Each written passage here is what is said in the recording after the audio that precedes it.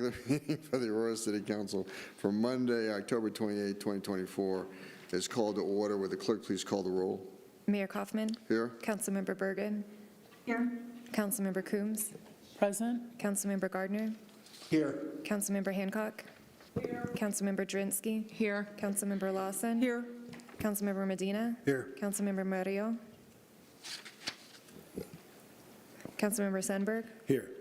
Mayor Pro Tem Zvonek. There's a quorum. Thank you. Please join me in an invocation. O Lord, our God and our Father, we come to you and we ask that you would look upon this particular gathering tonight to keep us safe and guide us in our decisions.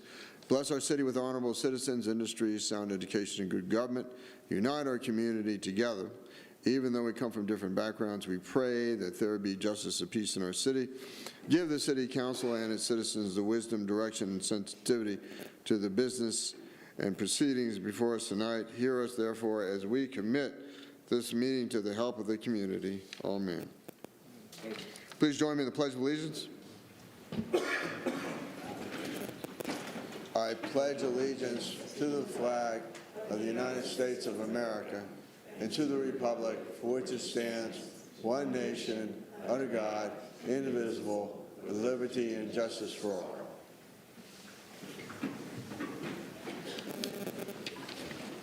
Land acknowledgement. The City of Aurora acknowledges that we gather on the territories and ancestral homelands of the Cheyenne, Ute, Arapaho, and Lakota peoples, past and present. We also recognize the 48 contemporary tribal nations that are historically tied to the lands that make up the state of Colorado. Indigenous people have remained committed to the stewardship of this land over many centuries. As these words of acknowledgement are spoken and heard, the ties that these nations have to their traditional homelands and to their vital place in the ecosystem are renewed and reaffirmed, and we are called to be better stewards of the land we inhabit, and we continue to work to meet the needs of our entire community. Let's see.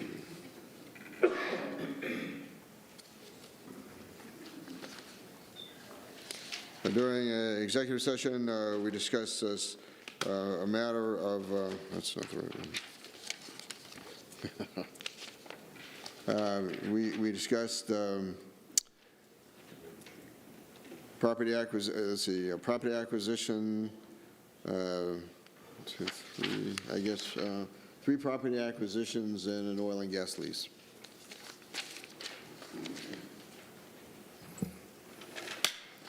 Approval of the minutes. A motion is in order for approval of the minutes of October 14, 2024. Mayor, I move to approve the minutes. Moved by Councilmember Sundberg, seconded by? Mayor, second. Seconded by Councilmember Lawson to approve the minutes of October 14th, 2024. Discussion? Seeing no further discussion, call for the question on the approval of the minutes from October 14, 2024. Mayor Kaufman. Mayor votes yes. Councilmember Bergen.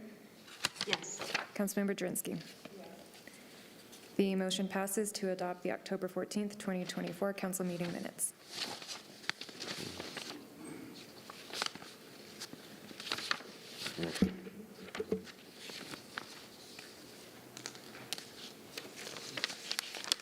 Okay.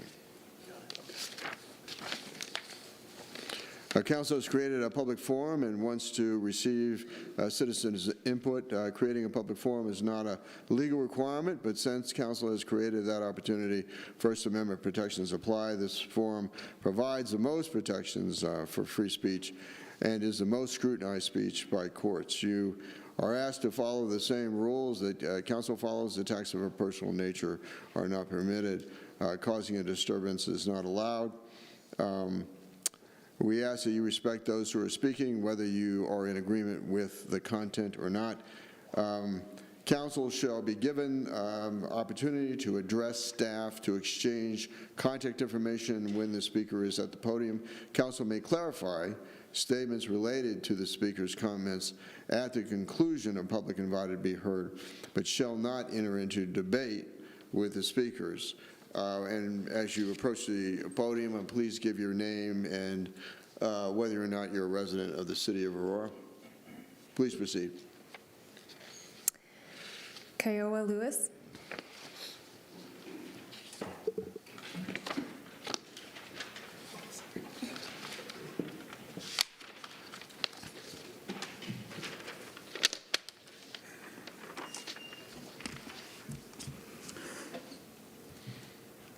I am Kiowa Lewis, and I had to bury my brother. It has been 158 days since my brother Kylan Lewis was taken from us. 158 days of anger, grief, and unanswered questions.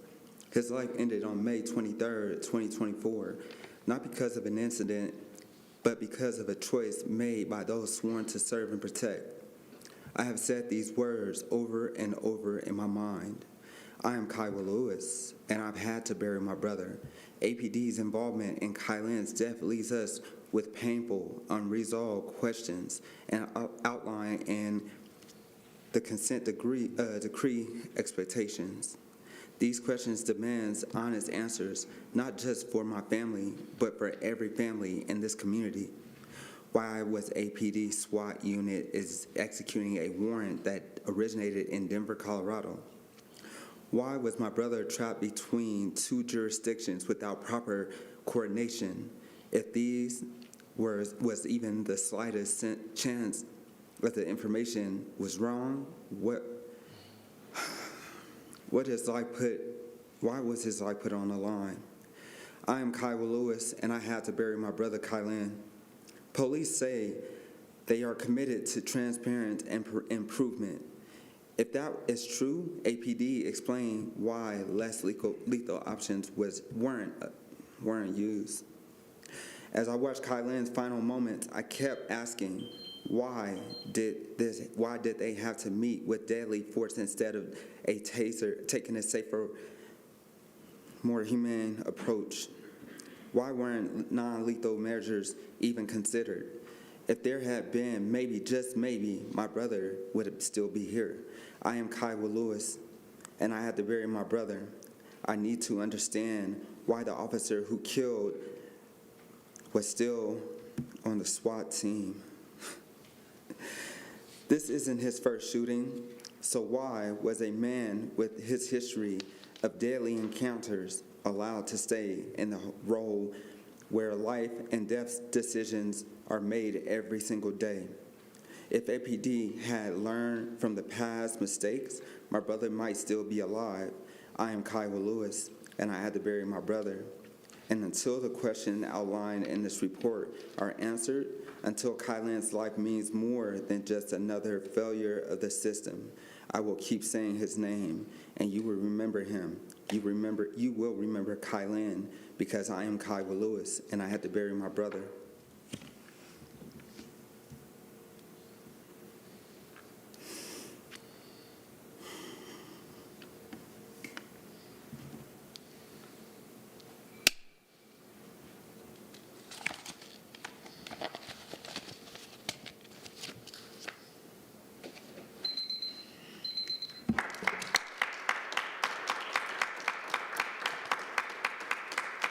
Ayante Anderson.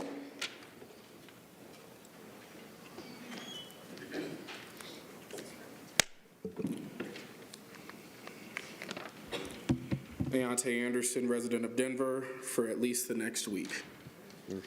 Tonight, I will be sharing the words of a community member who is actively present at many of these council meetings and is here tonight. We thank her for affirming the hearts of Aurora City Council as we grieve the loss of Kylan Lewis. So tonight, my name is Justina Gilbert, and my comments would make you believe that I believe Kylan deserved to die, and here are the comments that she made publicly. I'll be honest as I can in this post. I'm absolutely fed up and exhausted by the constant disruption caused by the Lewis family and their supporters during Aurora City Council meetings. Kylan was a criminal, plain and simple. According to official records, he was a well-known to law enforcement, had an outstanding warrant for second-degree murder, and even shot someone, leaving them blind. That's false. He was a gang member, not a saint. He was responsible for his own death because he chose to run instead of turning himself in, knowing full and well he had a warrant out for his arrest. He didn't know. Maybe instead of blaming city council members and everyone else around them, his family should take a hard look at themselves and asked why they allowed such behavior from their son and husband. Was it City Council's fault that he wasn't raised right? Go ahead and grieve, but I see through your intentions. You're just trying to profit from his death. Not true. Let me be clear. It doesn't work that way. You might hire an attorney, but this case will be dismissed and you will be left with the legal fees. Maybe you'll settle for $100,000, but is that going to bring you peace? Stop coming to Aurora City Council and burdening us citizens who have real ongoing issues. No one wants to hear from it anymore. I've buried my own son and it's been 140 days, blah, blah, blah. I'm sick of it. Take your grievances elsewhere, like the Arapahoe District Attorney, but you won't do that because you know the moment you walk through the doors, they'll arrest you. That's why you come to City Council, because there are no consequences for you here. But you're wrong. There will be consequences. Here's her threat. Next time, we the people will stand up and stop you from hijacking these meetings and speaking. Do you believe Lewis was actually guilty of the charges against him? Was he truly a model citizen of Aurora? If you think he's guilty, ask yourself this, because within that question lies the key understanding about what really happened. Kylan Lewis was a criminal. And that's the end of the story. He wasn't murdered, he was shot because he didn't comply with orders. This is who Danielle Jurinsky, when we saw you last week, vote to extend the time last session, and we can only assume it was so she could read these exact words to this council. Shame on you.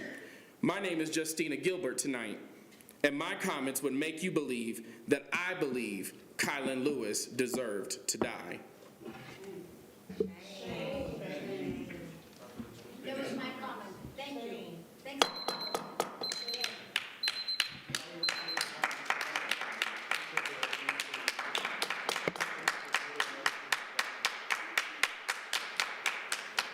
Topaz McBride.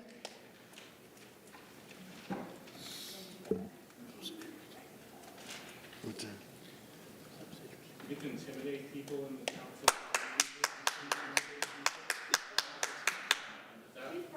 You're out of order. Be quiet.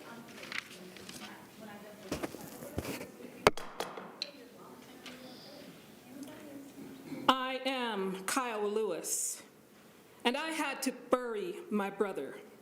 It has been 158 days since my brother Kylan Lewis was taken from us. 158 days of anger, grief, and unanswered questions. His life ended on May the 23rd, 2024, not because of an accident, but because of choices made by those sworn to serve and protect. Imagine that. I have said these words over and over and over and over in my mind. I am Kyle Lewis, and I had to bury my brother.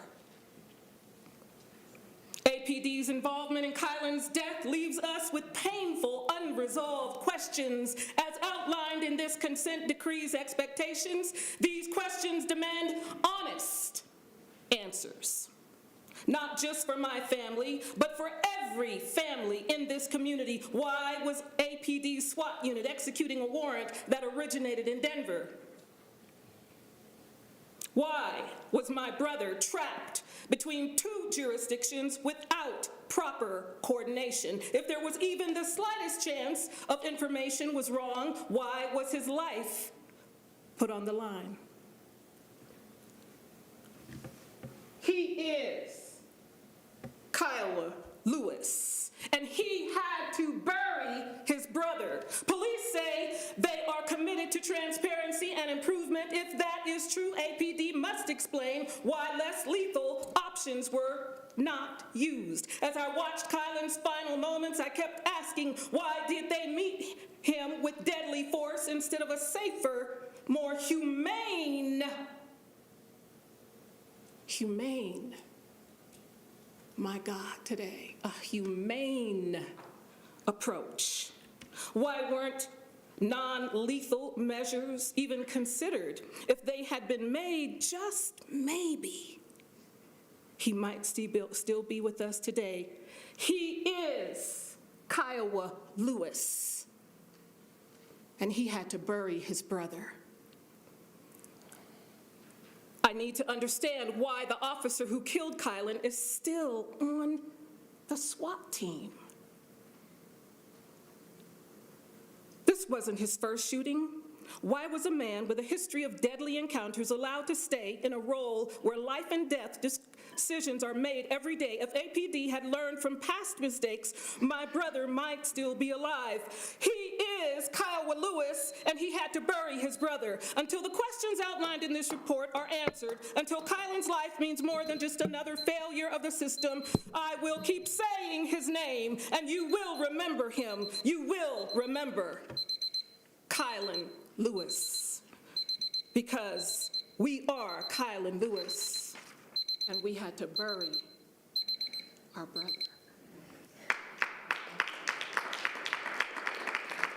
Anna Sosa. Oh, I just want to remind the speakers to identify when you come to the podium, identify yourself and whether or not you're a resident of Aurora. My name is Anna Sosa. I'm a resident of Broomfield. I am Kiowa Lewis, and I had to bury my brother. It has been 158 days since my brother, Kylan Lewis, was taken from us. 158 days of anger, grief, and unanswered questions.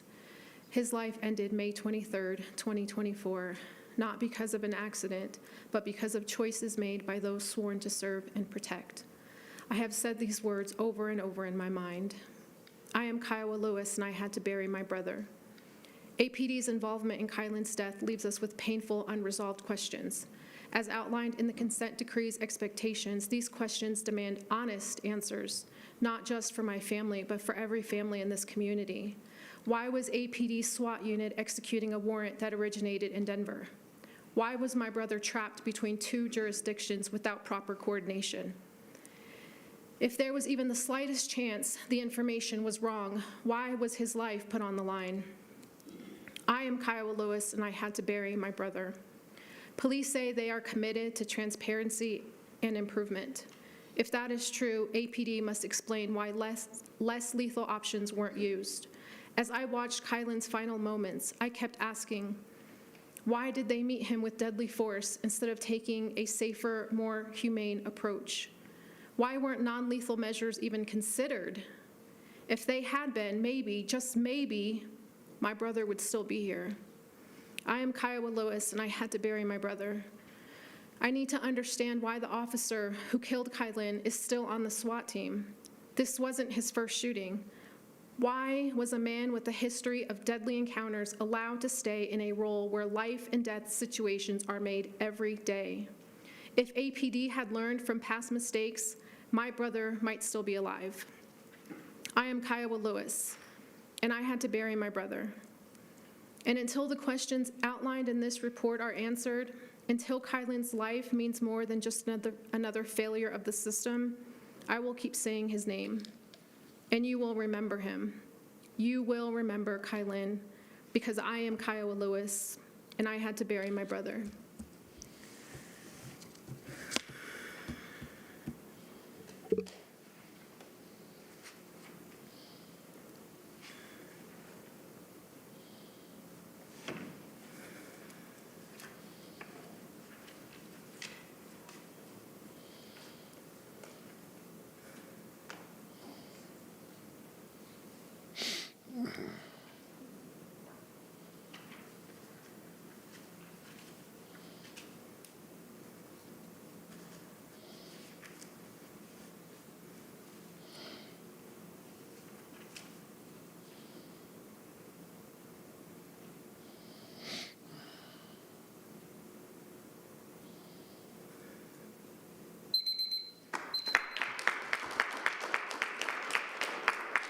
Hashim Coates.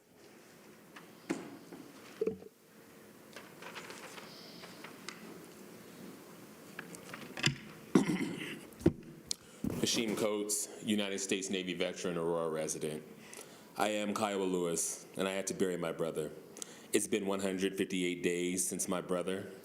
Kylan Lewis was taken from us. 158 days of anger, grief, and unanswered questions. His life ended on May 23rd, 2024, not because of an accident, but because of choices made by those sworn to serve and protect. I have said these words over and over in my mind. I am Kiowa Lewis. I have had to bury my brother. APD's involvement in Kylan's death leaves us with painful, unresolved questions. As outlined in the consent decree expectations, these questions demand honest answers, not just for my family, but for every family in this community. Why was APD's SWAT unit executing a warrant that originated in Denver? Why was my brother trapped between two jurisdictions without proper coordination? If there was even the slightest chance the information was wrong, why was his life put on the line? I am Kiowa Lewis, and I had to bury my brother. Police say they are committed to transparency and improvement. If that's true, APD, Aurora Police Department, must explain why less lethal options weren't used. I watched Kylan's final moments. I kept asking, why did they meet him with deadly force instead of taking a safer, more humane approach? Why weren't non-lethal measures even considered? If they had been, maybe, just maybe, my brother would still be here. I am Kiowa Lewis, and I had to bury my brother. I need to understand why the officer who killed Kylan was still on SWAT team. This wasn't his first shooting. Why was a man with a history of deadly encounters allowed to stay in the role where life and death decisions are made every day? If Aurora Police Department had learned anything from the past mistakes, my brother might still be alive. I am Kiowa Lewis, and I had to bury my brother. And until the questions outlined in this report are answered, until Kylan's life means more than just another failure of the system, I will keep saying his name, and you will remember him. You will remember Kylan, because I am Kiowa Lewis, and I had to bury my brother. The fact that so many times a blind eye and a deaf ear is turned to lives that happen to not be white, and you all still have the audacity to say a prayer, is nothing more than hypocrisy. It's reminiscent of the Klan with the Jesus Saves moment behind them.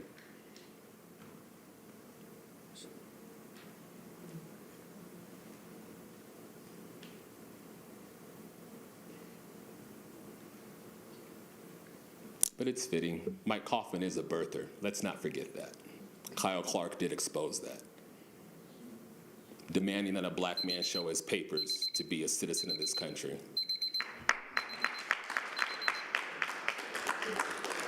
Victoria Kayonde. My name is Victoria Kagandi, and I'm a resident of Centennial. I am Kiowa Lewis, and I had to bury my brother. It has been 158 days since my brother Kylan Lewis was taken from us. 158 days of anger, grief, and unanswered questions. His life ended on May 23rd, 2024, not because of an accident, but because of choices made by those sworn to serve and protect. I have said these words over and over in my mind. I am Kiowa Lewis, and I had to bury my brother. APD's involvement in Kylan's death leaves us with painful, unresolved questions. As outlined in the consent decree's expectations, these questions demand honest answers, and not just for my family, but for every family in this community. Why was APD's SWAT unit executing a warrant that originated in Denver? Why was my brother trapped between two jurisdictions without proper coordination? If there was ever the slightest chance of the information being wrong, why was his life put on the line? I am Kiowa Lewis, and I had to bury my brother. Police say that they are committed to transparency and improvement. If that is true, APD must explain why less lethal options weren't used. As I watched Kylan's final movements, I kept asking, why did they meet him with deadly force instead of taking a safer, more humane approach? Why weren't non-lethal measures even considered? If they had been, maybe, just maybe, my brother would still be here. I am Kiowa Lewis, and I had to bury my brother. I need to understand why the officer who killed Kylan is still on the SWAT team. This wasn't his first shooting. So why was a man with a history of deadly encounters allowed to stay in a role where life and death decisions are made every day? If APD had learned from past mistakes, my brother might still be alive. I am Kiowa Lewis, and I had to bury my brother. And until the questions outlined in this report are answered, until Kylan's life means more than just another failure of the system, I will keep saying his name. And you will remember him. You will remember Kylan, because I am Kiowa Lewis, and I had to bury my brother.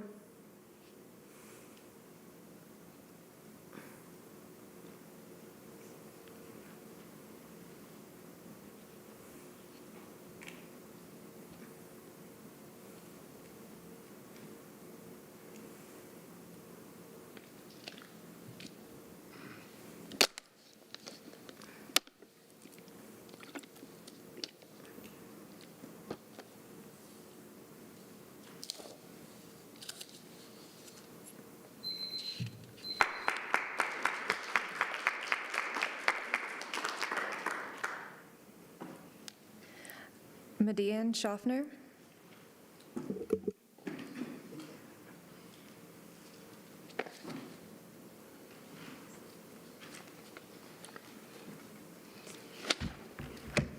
Because of your suppressive process, LaRonda Jones cannot be here to advocate for her son. In the words of LaRonda Jones, I have shown up here meeting after meeting, fueled by hope from my son. Kylan may be dead to you, but he is a legacy for me. So that hope, the one he inspired in all of us, will never dim. It's a hope that sustains me even though this council has time and time again failed to act in pursuit of justice for him. I have been consistent in showing up for my son week after week, and yet I am still crying out for answers that are long overdue. Nothing can keep me from raising my voice. Nothing.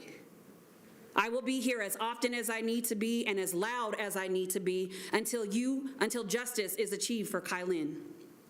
Your institution has tried to unsuccessfully demonize and dehumanize my son. But I am here to rebuke that effort, Jason, because you see, Kylan was a remarkable young man with so much love for his family and community. Kylan's legacy is that powerful, and it's a legacy that demands action and requires accountability. The latest consent decree report sheds a stark light on failures that have cost so many lives like Kylan's. It shows officers with histories of excessive force, gaps in accountability, and policies that fail to prioritize human life. My son did not die because there was no other option.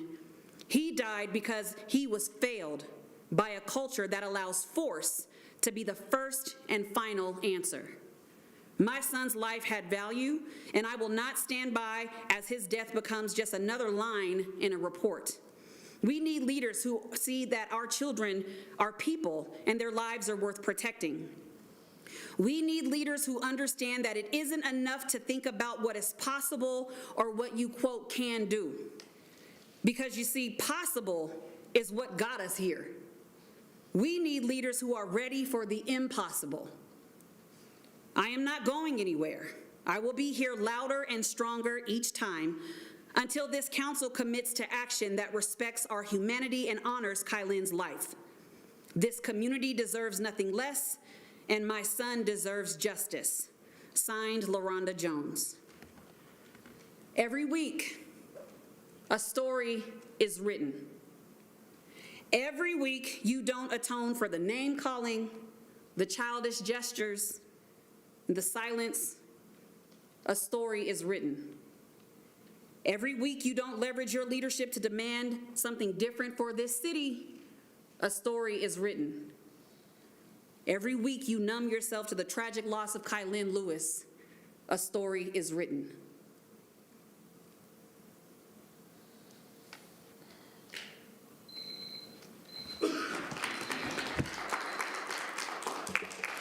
Frank DeLuca.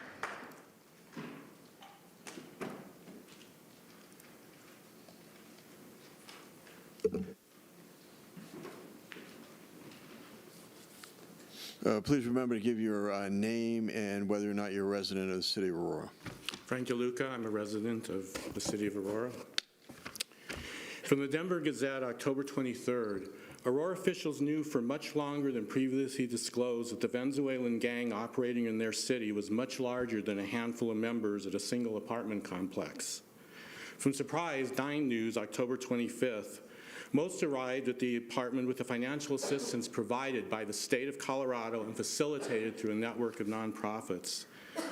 So I would like to start by asking, where does Councilwoman Jurinsky go to get her apology for those supposed figments of her imagination? I find it disturbing that it appears there's only one person on this council is willing to publicly call out the city of Denver and the state of Colorado for their sanctimonious virtue signaling about welcoming newcomers that directly caused this situation, and these insidious NGOs that suck in millions of dollars of taxpayer money to facilitate criminal aliens and then stage phony press conferences to demand even more money. Just yesterday, Jared Polis was still claiming, it's all exaggerated, I just took my kids to Aurora. Well, tell the folks in those just released videos that it's all exaggerated. You see, the issue is not that foreign gangs haven't taken over the entire city. The issue is that foreign gangs are operating anywhere in an American city. Yet the response from city officials has been to criticize the messenger and gaslight the public on the severity of the problem. So that what, Aurora doesn't lose any conventions? That outweighs gang members engaging in gunfights, extorting rent payments, throwing boiling water at pregnant women, and terrorizing residents? I would think that the proper solution to preserve business is to get the gangs the hell out of Aurora rather than trying to sweep it all under the rug. Unfortunately, gaslighting the public is the MO at the federal level and in blue states. The FBI announces that violent crime across the nation's gone down and then admits a year later it's actually gone up. Similarly, Polis would like us to believe that Colorado is a beautiful, safe state with rapidly declining crime, whereas every study places it in the top 10 most dangerous states in the country.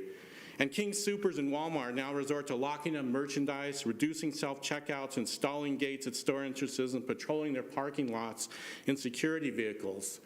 Tell me, do any of you think that the Denver metro area, Aurora included, is a cleaner, safer place to live than it was just a few years ago?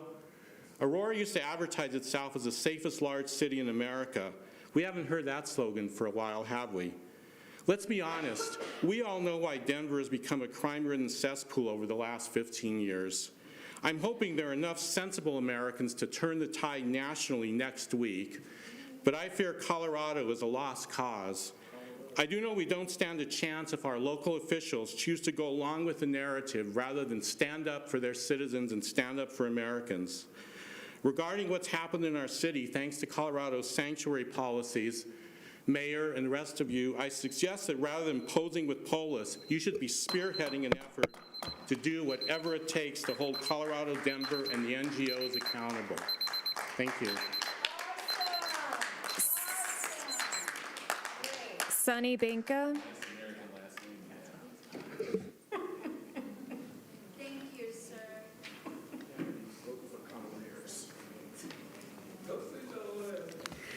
Thank you. Thank you for your time. My name is Sunny Banka, and I am a citizen of Aurora. Oh. Okay. I'm sorry, please start over again. We've got some conversations. Please, let's cease the conversations and let's listen to the speaker. Thank you. My name's Sunny Banka, and I'm a citizen of Aurora. And it was suggested that perhaps I come and share a couple of stories with you. And this too relates to the Venezuelan gangs. And some of you I have shared the stories with individually.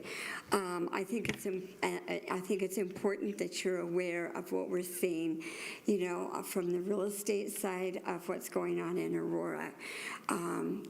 For example, clients that I am showing, there's an area down off Smoky Hill Road it's Parkview, where one side of the street is Centennial, one side of the street is Aurora. And ironically, clients will look at the Centennial listing. They will not look at the Aurora listing because everybody is just afraid that everything has been taken over by these gangs, you know, and I know there's a lot of different messaging out there. Maybe there's a little confusion with that. I'm getting calls from clients of mine. I've got a property listed house in Seattle. She's, gee, is it safe? What should I do? Do I need to call my insurance agent? Anyway, it's created some real issues as far as what the public's willing to look at, what they're willing to see. It seems like one of those situations where you hear that it's doing better and then you hear that it's not doing better. So anyway, I just want you to be aware of what's happening. I don't have a solution. I don't know for sure what the message is, but that's kind of maybe some of the issue is confusion with the message. So I thank you very much for all you guys are doing with that. Thank you. Stephen Elkins.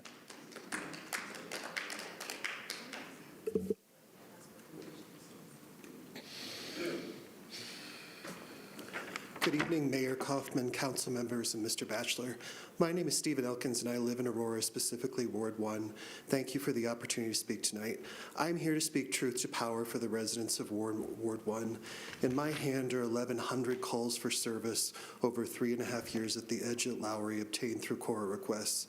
The city has not only responded to these calls, but has invested significant resources investigating crimes committed at the complex. Meanwhile, I've learned that one of the complex's buildings has entered receivership while the others remain under their current ownership. There has also been media reports that building residents are living in unsafe and unsanitary conditions. Let's peel back the layers from the onion. Data on a sheet is only that. It doesn't tell the whole story of what has transpired at the edge at Lowry, the surrounding neighborhood, and the people who live there. I could tell you about the frequent gunfire happening at all hours of the day at night, frequent street and alley racing, and neighbors moving away out of fear for their lives. Instead, I will be specific about some of the most intensive crimes. On July 31st, 3 bullets were shot at a neighbor's house. Because of current staffing issues, it took the police a week to respond. On August 16th, a neighbor had an assailant jump over his fence and fire his gun in the air. On September 13th, that assailant returned to beat one of the witnesses with a tire iron and had to be held down until the police arrived to detain him. On August 24th, a fight of 8+ people occurred in front of a neighbor's home. The police responded, fighters left, and police told the neighbor to stay on the line because of activity in the area. These crimes are layers in the data in my hand. I have come to ask you, when is enough enough? Our neighborhood and the people who live there, including our neighbors at the edge, cannot continue to wait for the properties to enter receivership and/or the city to decide to act on declaring the property a criminal nuisance. Today, I implore you to direct the chief of police to declare the edge a criminal nuisance, abate the property, and assist the neighbors living there with finding safe, sanitary housing with all deliberate speed. I also come before you as an Aurora resident who is disturbed by the contradictory narratives between the city's communications and marketing department and Councilmember Jurinski. Whether you like or agree with Councilmember Jurinski and what she says are not the issues at hand. Councilmember Jurinski has been steadfast in bringing the crime issues happening in our neighborhoods to light. While I am saddened that this information has caused distress to the greater Aurora community, for Ward 1 residents, we know that only by recognizing a problem can we begin to solve it. Tonight, I ask City Council to bring forward and pass a resolution directing the city manager to contract with an outside law firm to investigate the information brought forward by Councilmember Jurinski. I urge you to be open to the findings from this investigation. Finally, I strongly encourage the city to speak with one voice so a clear, consistent message is provided to residents about the public safety issues Aurora faces. Carl King.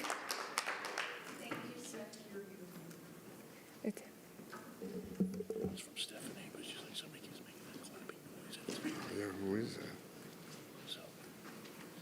Hello, Council. My name is Carl King, and I am a resident of Aurora. I come here tonight for one specific thing. I keep hearing everybody giving Danielle Jersky a pat on the back, but I'm here to tell the truth. Danielle Jersky is holding back a video for me being assaulted at her establishment, JJ's Place, by her cook, her intoxicated cook. I asked for the video that night that the police came.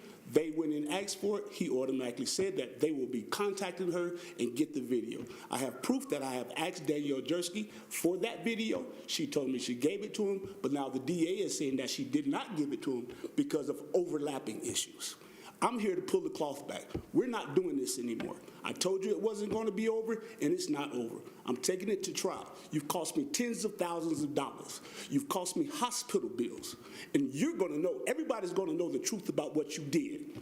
I have video. I have, you think just because the video wasn't there, thanks to Alyssa, the 911 call picked up everything. I have an eyewitness that stopped me in the street because he saw me and told me that was wrong. I will testify for you. So I got you. I'm coming. I yield the rest of my time.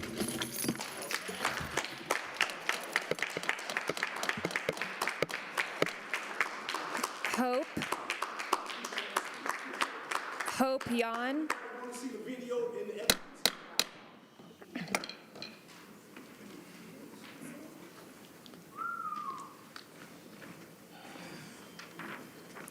Hello, I'm Hope Yan, and I'm a resident of Aurora. I am Kiowa Lewis, and I had to bury my brother. It has been 158 days since my brother, Kylan Lewis, was taken from us. 158 days of anger, grief, and unanswered questions. His life ended on May 23, 2024, not because of an accident, but because of choices made by those sworn to serve and protect. I have said these words over and over in my mind. I am Kiowa Lewis, and I had to bury my brother. APD's involvement in Kylan's death leaves us with painful, unresolved questions. As outlined in the consent decree's expectations, these questions demand honest answers, not just for my family, but for every family in this community. Why was APD's SWAT unit executing a warrant that originated in Denver? Why was my brother trapped between two jurisdictions without proper coordination? If there was even the slightest chance the information was wrong, why was his life put on the line? I am Kiowa Lewis, and I had to bury my brother. Police say they are committed to transparency and improvement. If that is true, APD must explain why less lethal options weren't used. As I watched Kylan's final moments, I kept asking, why did they meet him with deadly force instead of taking a safer, more humane approach? Why weren't non-lethal measures even considered? If they had been, maybe, just maybe, my brother would still be here. I am Kiowa Lewis, and I had to bury my brother. I need to understand why the officer who killed Kylan was still on the SWAT team. This wasn't his first shooting. So why was a man with a history of deadly encounters allowed to stay in a role where life and death decisions are made every day? If APD had learned from past mistakes, my brother might still be alive. I am Kiowa Lewis, and I had to bury my brother. And until the questions outlined in this report are answered, until Kylan's life means more than just another failure of the system, I will keep saying his name, and you will remember him. You will remember Kylan because I am Kiowa Lewis, and I had to bury my brother, Kylan Lewis.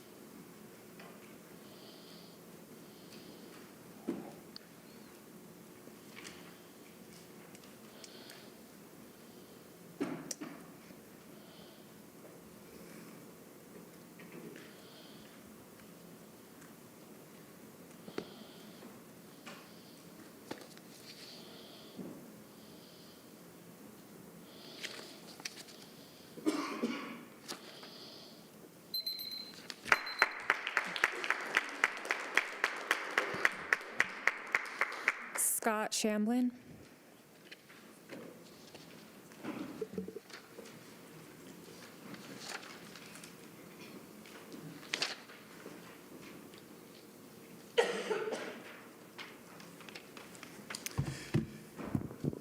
Hello, Aurora City Council. My name is Scott Shamblin, he, him. I identify as a resident of Aurora. I have a few things I'd like to address today.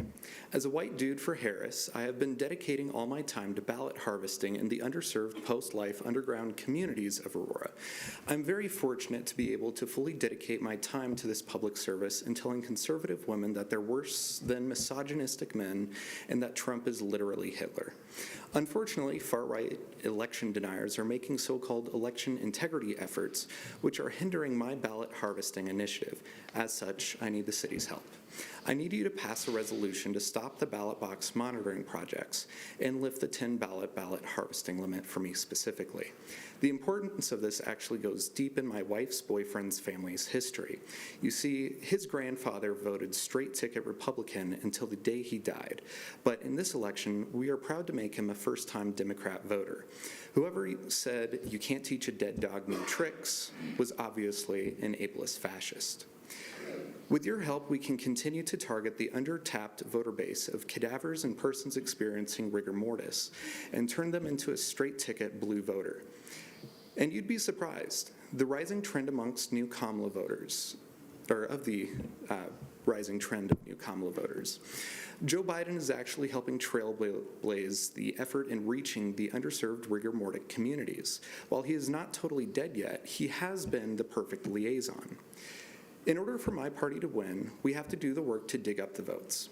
Earlier today, there was a tour of the Arapahoe County election facilities. This is very important, as what happens within those walls will ensure proper outcome of the election. What we have learned from this tour is that the Arapahoe County has a chain of custody like no other, all the way up until the end of the process, where votes are electronically tallied with no totals given to any human eyes. The process after this has an external storage device where the election file is transferred onto the device, then plugged into a computer with internet access, and is transmitted to the Secretary of State. The first human being to know the total is my partner in crime, Jenna Griswold. Personally, I think this chain of custody is just theatrics, and we should switch to mobile voting from your cell phone.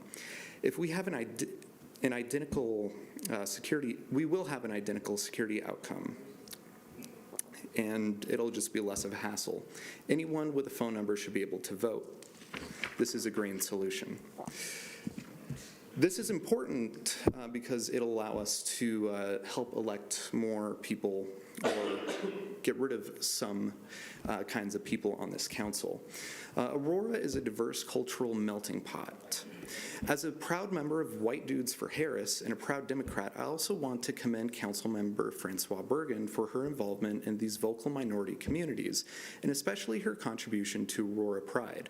For those of you who are unfamiliar, Councilmember Bergen is a founding board member of Aurora Pride and was instrumental in having the city of Aurora waive $11,000 at the taxpayer's expense. As a reminder, if you don't vote for Harris, then you win. Kid Nesbitt. He ain't with us. He ain't with us. I'm here.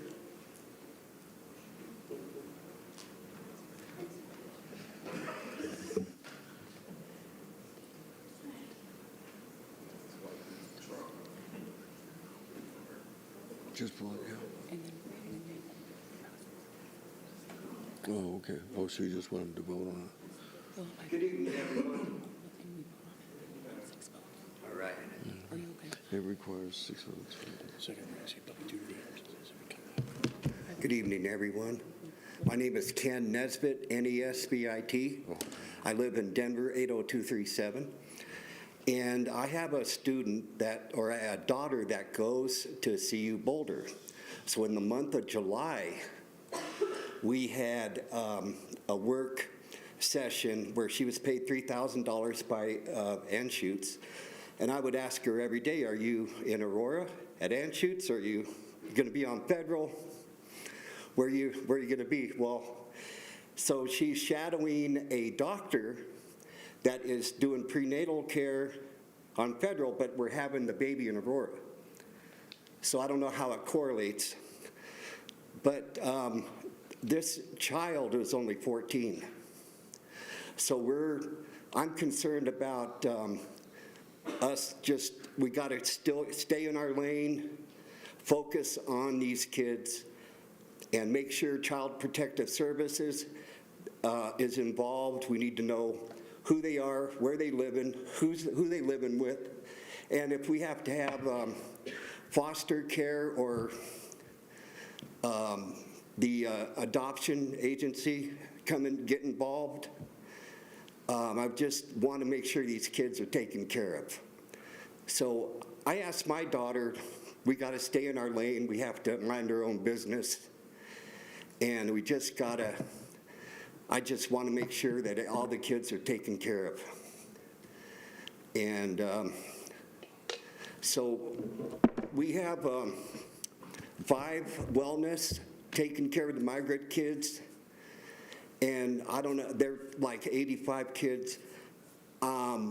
I have, we're going to be in some other meetings next month. This is a lady with SAIL, and we're here to help. I have a handyman business. I'm here to be a door greeter. I'm here to help everybody if they just call and ask for it. And again, our concern is the children, and I just want to remind everybody, wherever you're living, if you own a house, you're paying property tax. If you're renting, you're leasing. And we need to know who you are. We have to succinctly know who's living in each apartment. And there's a fire triangle at these apartments, and I don't want to see Aurora Fire or police have to go into buildings, shut these landlords' water off because they want us to babysit their damn house or their building. So I just want to focus on ID and everybody, and we got Adult Protective Service, we got Child, and let's keep moving forward. Thank you, everybody. Appreciate it. Pamela Howard.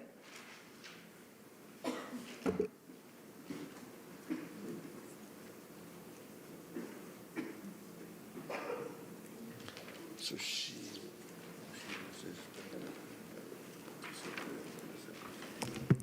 Hello, I'm Pamela Howard, and I'm a resident of Aurora Centennial.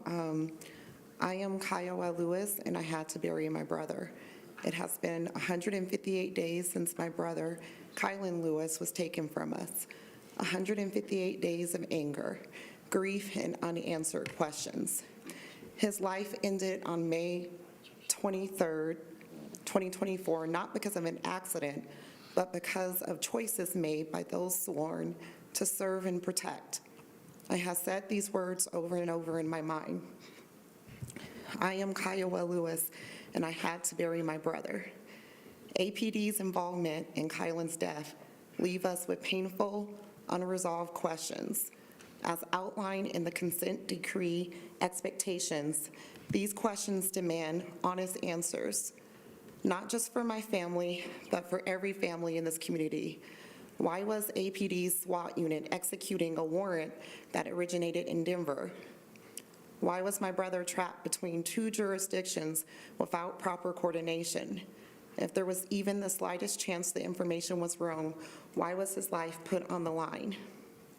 I am Kiowa Lewis, and I had to bury my brother.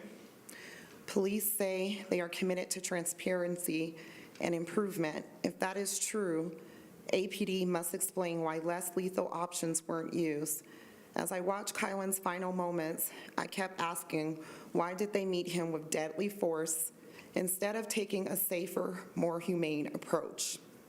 Why weren't non-lethal measures even considered? If they had been, maybe, just maybe, my brother would still be here. I am Kiowa Lewis, and I had to bury my brother. I need to understand why the officer who killed Kylan was still on the SWAT team. This wasn't his first shooting, so why was a man with a history of deadly encounters allowed to stay in a row where life and death decisions are made every day? If APD had learned from past mistakes, my brother might still be alive. I am Kiowa Lewis, and I had to bury my brother. And until the questions outlined in this report are answered, until Kylan's life means more than just another failure of the system, I will keep saying his name, and you will remember him. You will remember Kylan, because I am Kiowa Lewis, and I had to bury my brother. Regardless of anyone's guilt, regardless if there was a warrant, he was unarmed. He was met with force within a second. It was murder. It is wrong. Something must be done. A person's guilt does not automatically mean that they should be shot down like a dog, and that's what happened. You guys, actually, most of you probably would treat a dog better than he was treated, and that is wrong. I'm asking that you guys do something about this.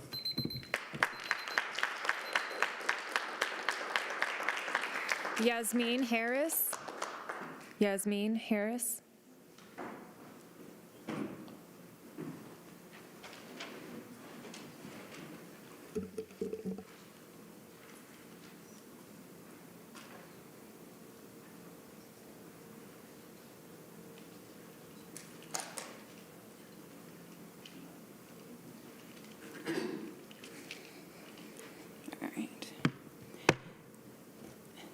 Good evening, ladies and gentlemen of the council. My name is Yasmin Harris, and I'm a current homeowner in the Del Mar Parkway Ward 1 community, which includes APD District 1 here in Aurora.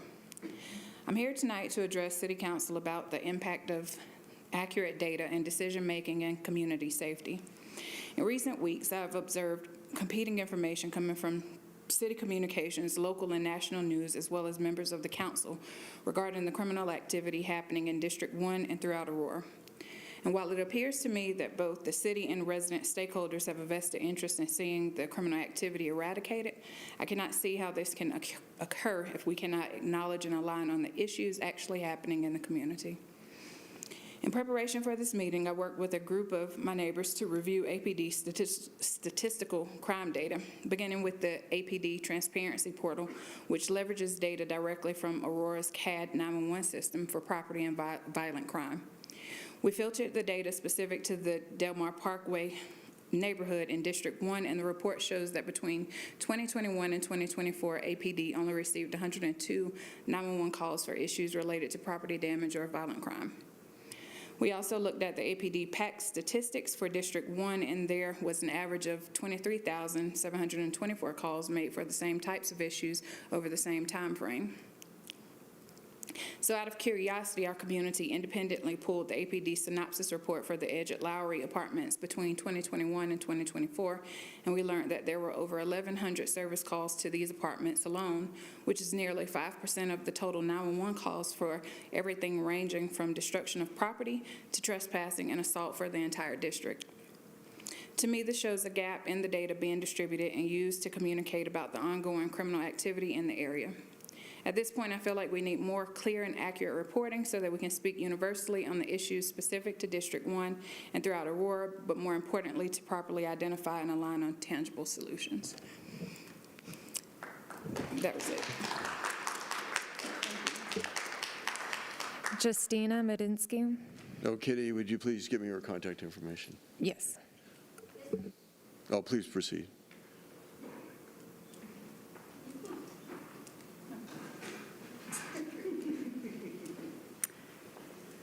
Well, thank you so much, Mr. Winsky. Mayor, congratulations, City Attorney. I'm sorry I couldn't tell you 2 weeks ago because I didn't make it, but congratulations. We do have a problem, and Mr. Winsky is the only person actually who addressing this issue. I'm not going to address Lewis family actually at all. They have to go to Arapahoe County. They have to talk to the district attorney. They have to figure out what to do because this has become problematic. District 1, we have 2 schools around there. We have a problem with the children of the immigrants walking and trespassing the properties. They don't speak English very well. They don't understand that there's a problem. If they're trespassing property, it's a felony in Colorado. So nobody speaks actually Spanish, so we have to explain to them they cannot do it. Another issue is, and I sent this to actually Mr. Winsky and also the chief of the police. I was the witness of the situation when the young woman, I don't know, was left on the side of the street. She was probably 14, 16. She was unresponsive, and then she got picked up by 2, I don't know, maybe Venezuelan, maybe Guatemalans, I have no idea. But she was picked up after when the action medics checked her, she was fine, she walked out. I feel like there maybe was a human trafficking, sex trafficking case possible because she was very underage. And it was very disturbing because nobody checked her, there was no PD. I think we have to kind of a little bit pay attention to what's going on. District 1 again. Also, we seeing a lot of young girls, probably age 14, 13, when they get escorted by 23, 24-year-old man, they're going to different apartment complex. I don't think it's a babysitting. I don't believe it's a problem. Here is the issue. I work with the sex trafficking and human trafficking cases. Kids, women, they're very vulnerable to the situation. In apartment complexes, they're very vulnerable because how are they going to protect themselves? There's no way. The young girls, they're going to be either trafficked, because that's what the culture is, because that's what's going on. And we've been warned in February of 2024 by the FBI agent in Texas that Colorado and Aurora, it's going to be problematic because of the TDA. And TDA is actually, it's a prison gang. It's not just like a street gang, so they have their own rules internally. And I think there's a problem. And Mr. Urinsky is the only person who goes over the weekend or every day and actually talk to these people, have a translator, trying to figure out what's going on. Because I think we have to acknowledge the vulnerable population, which is part of them, those who actually arrived here from those countries. Because there can be absolutely a very easy target. We don't know what's going on internally. And I think that somehow we have to either collaborate with each other and find out the solution, because this is an ongoing problem. And I believe that coming to the election, it's another issue. I know everybody's in a limbo, but to keep our community safe, Mayor, you know it's a #1 thing. Thank you so much for your work. Thank you. Shay Wentworth.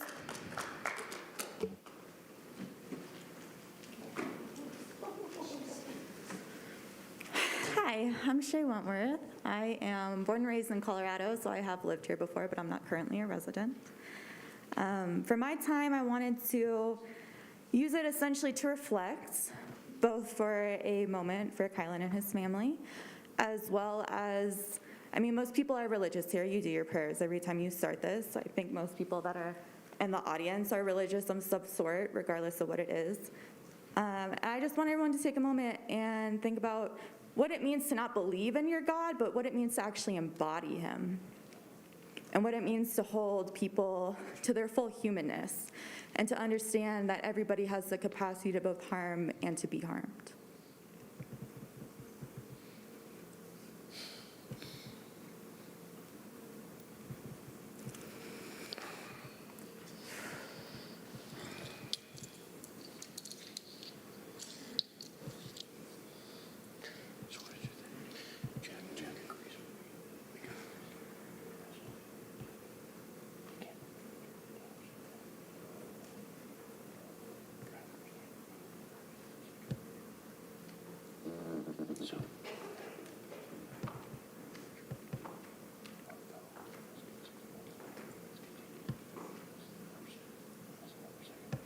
And I do feel like a moment of silence includes actually silence and not speaking during it.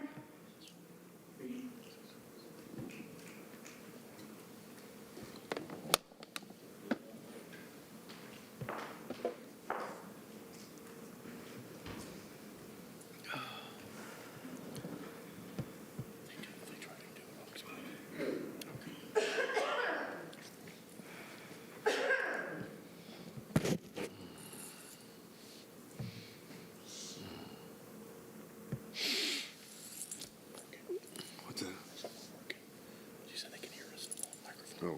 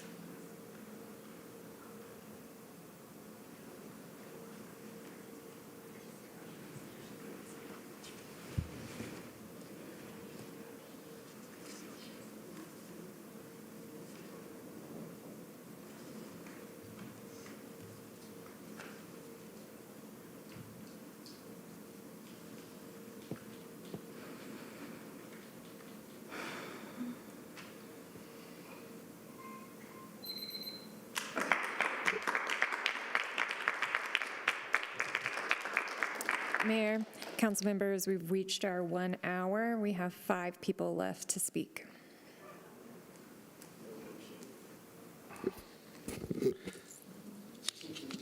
Motion is in order for the adoption of the agenda.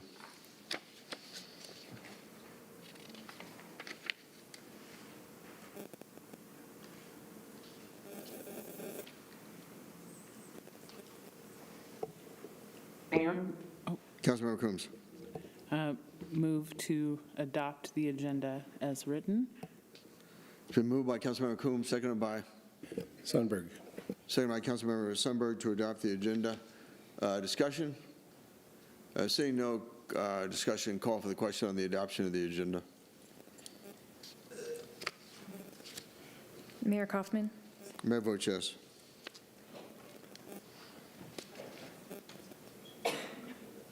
Councilmember Bergen.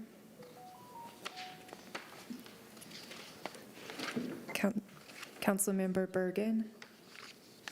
Yes. The motion passes to adopt the agenda. Our question before us is the adoption of the consent calendar, item number 10C1 through 10C3. Mayor, Councilmember Joransky. motion to pull item 11A9. We're not, Oh, I'm sorry, okay. Councilmember Oh, I'm sorry, Oh, 10. that's on the consent calendar for resolutions and ordinances. Motion to approve 10C1 through 10C3. Been moved by Councilmember Joransky, seconded by? Hancock. Seconded by Councilmember Hancock to approve item number 10C1 through 10C3. Discussion? Seeing no discussion, call for the question on the adoption of the consent calendar for motions, item number 10C1 through 10C3. Mayor Kaufman. Mayor votes yes. Councilmember Bergen.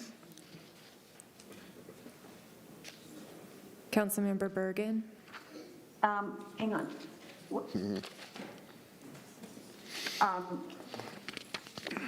I'm trying to figure out what I'm doing. I'm sorry, I'm virtual. Is this on the consent calendar with? This is for the consent calendar for motions, item 10C1 through 10C3. Yes, thank you. Thank you. Councilmember Gardner. Yes. The motion passes to adopt the consent calendar for motions. Question now is before us is the adoption of the consent calendar for resolutions and ordinances, item number 11A1 to 11B2. Mayor, Councilmember Joransky. I move to approve item 11A1 through 11A8 and pull 11A9.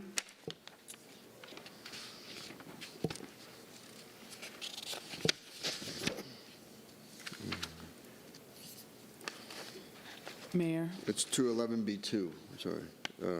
Okay, through 11B2. My Yes. apologies. Councilmember Coombs. I'd like to also pull 11A8.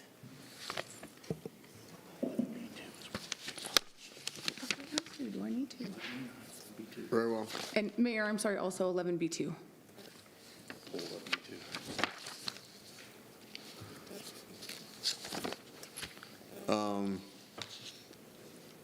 So the question before us is the adoption of the consent calendar resolutions and ordinances item 11A1 through 11A7 and then 11B1. So we've taken out 11A8, 11A9, and 11B2. Did we move this yet? Yeah, we moved it. Mayor, we just need a second on that. Okay. It's been moved by Councilmember Drinsky, seconded by Councilmember Hancock. Discussion? Seeing none, call for the question on the adoption of the agenda on resolutions and ordinances as amended.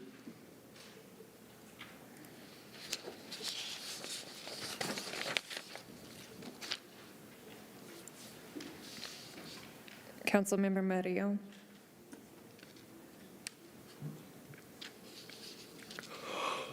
Councilmember Murillo, are you on? Yes. How would you like to vote? Yes.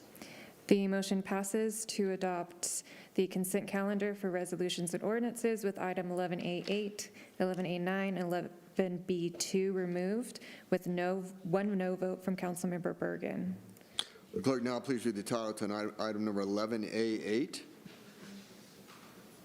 Item 11A8 is Resolution 2024-137, directing the city manager to create a policy with specific criteria for 501c3 nonprofit financial support from the city of Aurora and other related matters. Brief presentation by staff. Who is? This is a Council Oct staff. Oh, okay. Council and Mayor Pro Tem Zavodnik isn't here. Mayor, I'm online. Okay. Mayor Pro Tem? Yep, I'm here. Okay, please speak to item 11A8. Yeah, so this is a resolution that would require the city manager to come up with a process for 501c3 nonprofits that come to the city and ask for ongoing operational support. We see a lot of these each and every year. It seems to be an ongoing conversation. So it would have a formal process for those that are seeking approval for the city manager to create a process. And it actually would not allow for the ongoing operation. It would only be allowed for kind of one-off, whether it's an event or some purpose that aligns with the city's goals, then they could submit a request for it. But if it's just ongoing operation, it actually does not allow the city unless it affects safety, life safety issues. Very well. Motion is in order. Mayor, motion to approve item 11A. Moved by Mayor Pro Tem, seconded by? Jurenski. Hancock. Seconded by Councilmember Jurenski. Discussion? Mayor? Councilmember Coombs?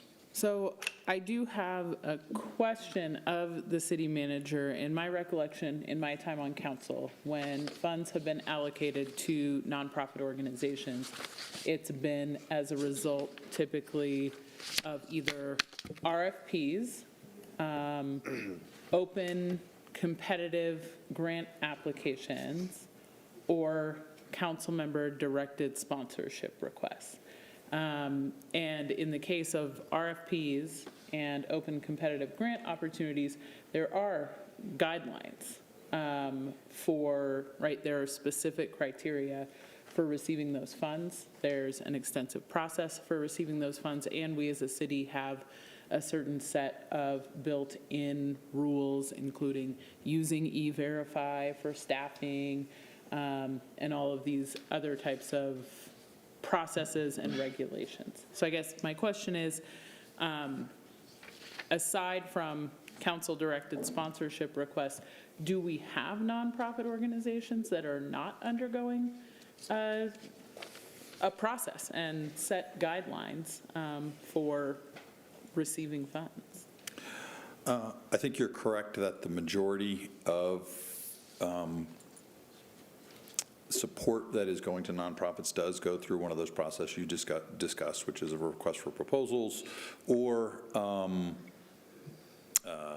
notice of funding availability or the like. Those amounts may or may not come to council depending upon the amount of the award. So I think what the policy is directing me to do would be to sort of codify those things, make sure that council, bring it back to council, make sure council's comfortable with those same award amounts, and then that's how we would develop the policy. So I think the policy would largely incorporate our existing processes, but make sure council is comfortable with that and has visibility in terms of those processes. Further discussion? Seeing none, question before us is the adoption of item number 11A9. What's it? 11A8. I'm sorry.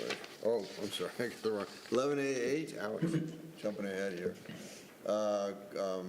Further discussion on item number 11A8. Seeing none, call for the question on the adoption of item number 11A8.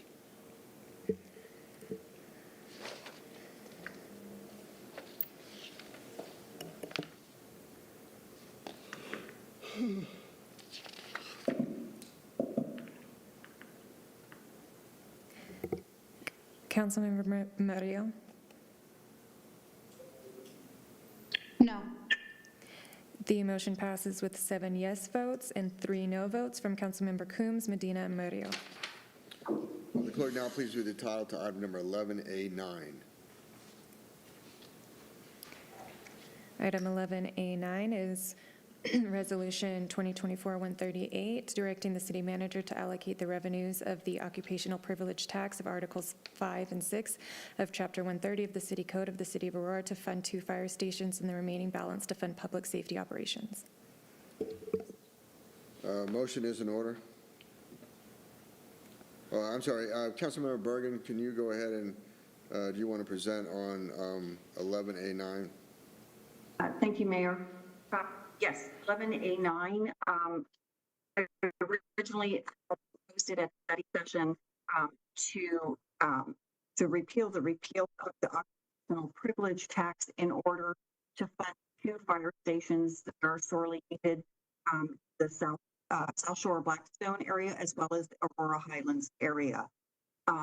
Subsequently, after the study session, we then went to the regular meeting where an amendment was made to allow time to, I think it's to June 1 or July 1, I think to June 1, to allow the sponsor of the OPT tax to find the funds available to fund the fire stations.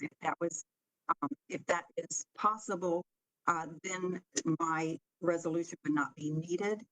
So the resolution that will follow soon also directs the city manager to dedicate the OPT tax to those, or to the staffing of 2 fire stations, but it would only happen if we were not able to find the funds to make up the difference. So just again, asking my colleagues to abide by the unanimous vote that happened at the previous meeting with the amendment that I agreed to. Mayor. Further, Councilmember Jurinski. Yeah.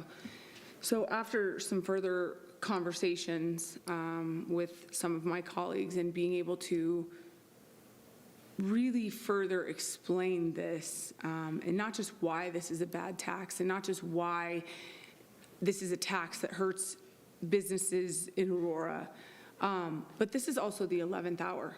And this tax is set to end in 2 months. Businesses have been notified of this for 2 years. You know, when we passed this in the first place, one of my colleagues reminded me, because it was never put on me, it was never said, when we passed this, Councilmember Jurinski, you have to make budget cuts. That's not how we passed this. The direction was given. And I believe, Jason Batchelor, sir, you in that meeting said, well, what we can look at is reducing each department's budget by 4%. So this was never put on me. So the fact that at the 11th hour, that's the excuse, is that I didn't find budget cuts. Businesses are expecting this. There are ways that we can find funding. I have already identified several sources, and I am going to work very, very hard to identify more, and I will make sure that these fire stations are built. And in the 2025 budget, which is already balanced, that includes the building of the Highlands Fire Station. So I would ask my colleagues to hold true to the word that we gave to business owners and workers in Aurora 2 years ago, that this tax ends in 2 months. And I will work diligently on this. I will meet with Jason and Greg weekly, and I will go line by line through the entire budget, not just the FTEs that we have, but all of the nonprofits that we fund, and all of the wasteful tax dollars that we spend, that Aurora taxpayers probably don't even know that they're paying for. I will find it, and I will make sure that these fire stations are built. I'll put that on myself. That's my word. But this is inherently a bad tax that I've proven over and over and over. It is a tax that messes with businesses, business owners, and it is a tax that the city does not even know how to properly handle.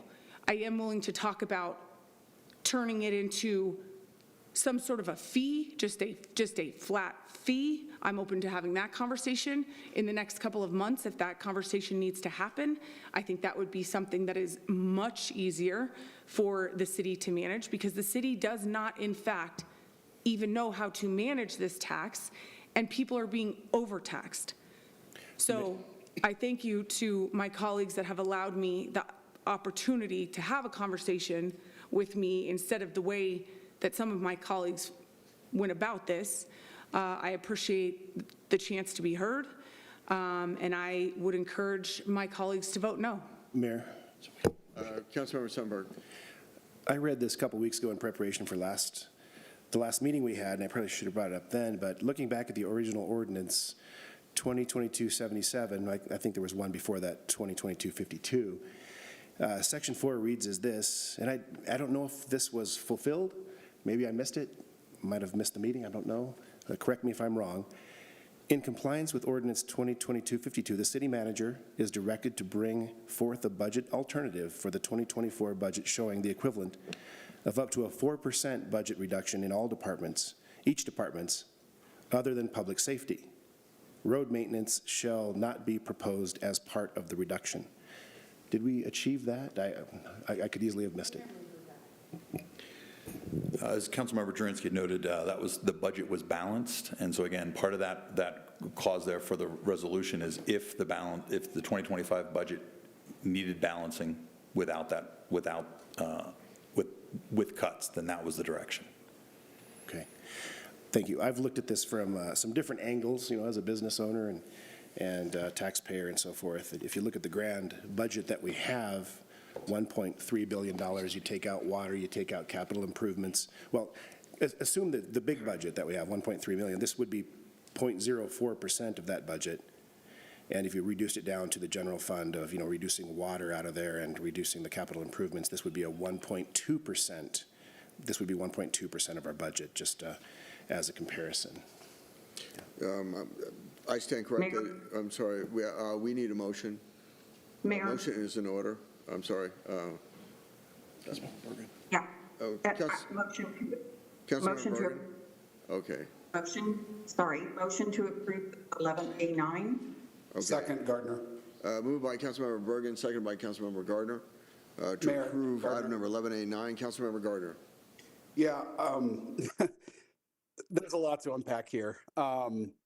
So first, I find it ironic that one of my colleagues is saying this is a bad tax and then saying we should bring it back as a fee when we all know a fee by the government is taxed by another name that would not be discussed by the public or by business owners, which is another argument being used against this. Aurora is not unique in collecting this tax. And the fact of the matter is, it's not a burden on taxpayers, and charging a flat fee, in fact, would be incredibly regressive towards the smallest businesses in our city. That would mean that the Amazons and the largest employers in our city would pay the same amount as a business with 3 employees or 2 employees. That's incredibly regressive and incredibly penalizing against small businesses in our city, which I think most of my colleagues here claim to support, though with mixed results. The fact of the matter is, these fire stations are sorely, sorely needed. And it's not just about the building costs, it's also about the ongoing staffing of these fire stations, the 17 firefighters needed, and the equipment, and all the other things that are needed on an ongoing basis.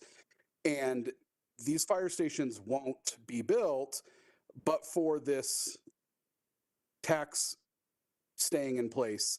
And, part of being a good policymaker is recognizing that you made a bad decision. And I'll be the first to say I made a bad decision when I voted to repeal the occupational privilege tax. Despite the advice of our budget office, despite the advice of other staff, despite the advice of a lot of outside stakeholders, despite the advice of our economic development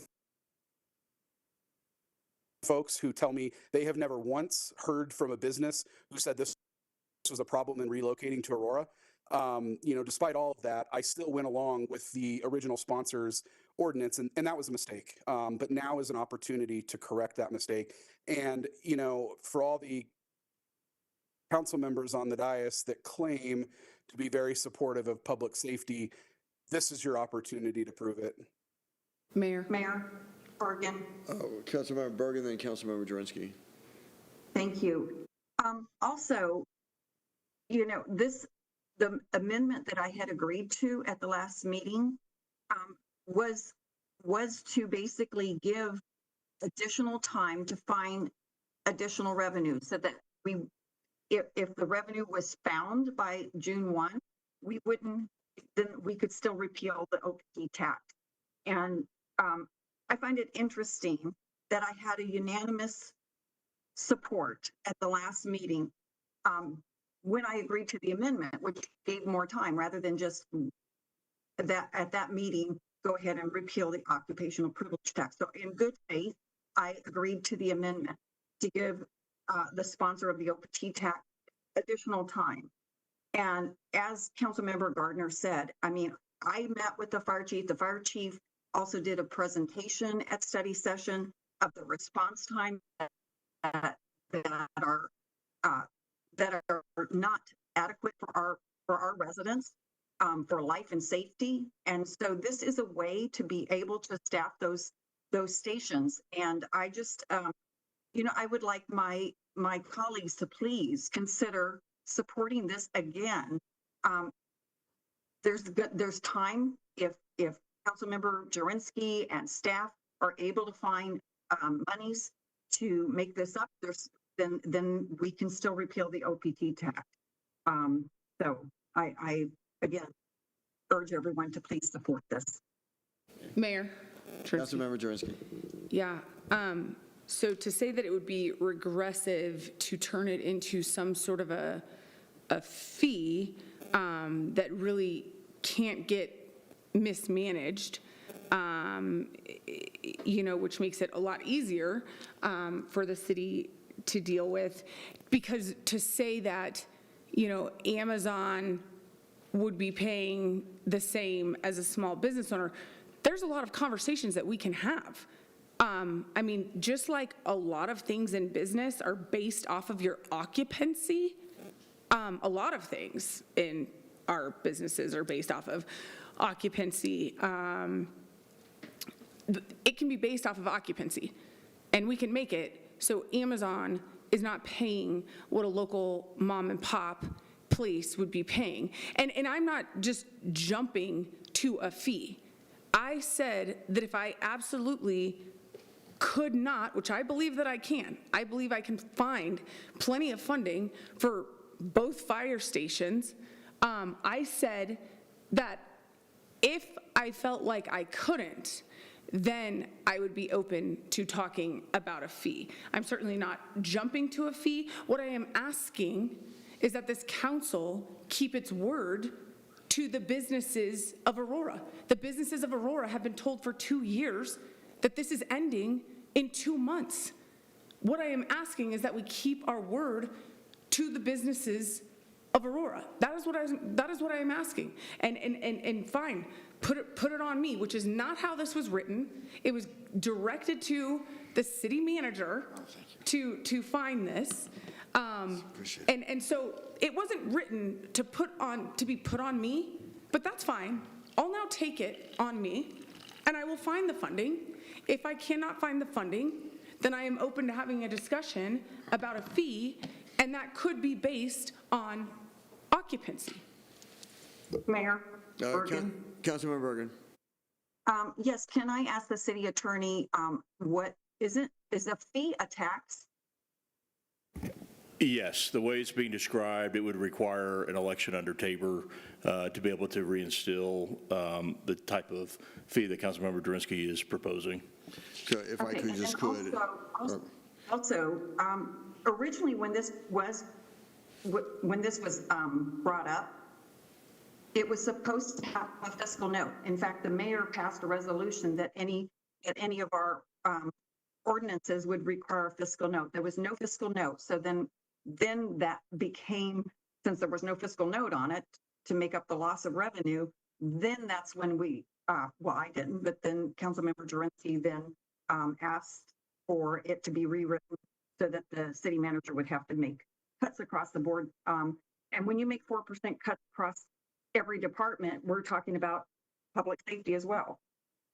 Mayor, Councilmember Jurenski. so if that type of fee would in fact be considered a tax, there's all kinds of fees on businesses in Aurora. So I'm pretty sure we could just call it a different name if that's what we had to. Because quite frankly, occupational privilege tax, we can just give it another name and it wouldn't in fact be a tax. But I would like to call for the question, Mayor. Okay. It's been moved by Councilmember Jurenski to call for the question, seconded by Hancock. Councilmember Hancock to call for the question, non-debatable motion. Call for the question on the motion. Mayor Kaufman? Mayor votes yes. Murillo votes no. I had questions, but we keep ending debate before we can discuss, so. Steph? Councilmember Hancock? Oh, yes. Yes. Councilmember Zabonik?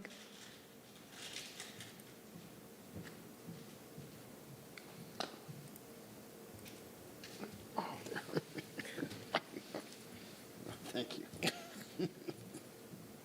The motion does not pass with a tie vote. Can we see how everyone voted? Yes. Mayor, can we move this process along? Steph, you didn't vote how you wanted to. You voted no, and She has a right to vote how she wants. that's what she wanted to do. How do you know? Councilmember Coombs. Ruling from our parliamentarian, which would be the city attorney, because this is an issue that comes up again and again and again and again. When people get tired of having the conversation, whether or not everyone has had the opportunity to speak, and sometimes when no one has had the opportunity to speak, we call for the question, which is a non-debatable motion in our rules. And I just want to be clear, are those rules intended to prevent any debate from happening? Are they intended to be used so that some folks get to speak and some folks do not?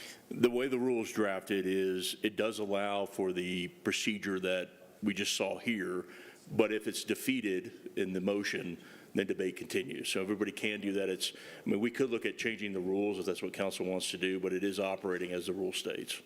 And city attorney, Yes, ma'am. is a council member allowed to change their vote? If the council member is clear that that was not the intention of her vote, and she says that she wants to change her vote, she can let the clerk know. But it's 5-5, right? Am I correct?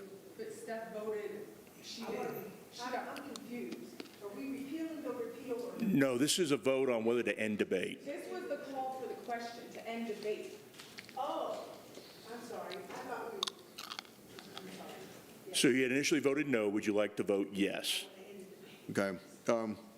Mayor, Look, point I think this is such a critical issue that I think we ought to proceed with some debate on this, and so I'm going to reverse my vote. Well, the motion failed with Councilmember Hancock changing her vote to not end debate. So the motion failed. So we're back in debate. Okay, we're back in debate.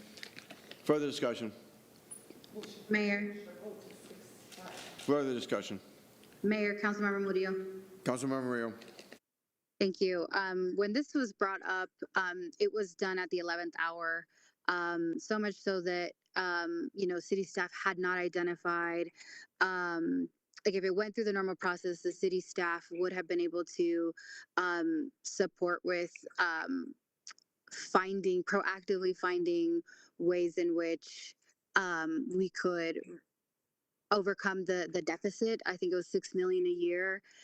Instead, it was brought at the 11th hour. There was no fiscal notes and no contemplation of the long-term impact. So therefore, staff was then left to just figure it out, which meant cuts across the board. So I think from the very start, this felt very haphazard, felt very emotional, felt very, targeted in that way. So I'm not surprised that like since then, every year there's been a concerted effort to try to cut funding from other areas to try to make that up because it wasn't done on the front end. So we've seen funding being cut from the DEIB office to try to make up for this deficit. We're hearing that now there's going to be targeting of our nonprofits that provide a critical service in the community.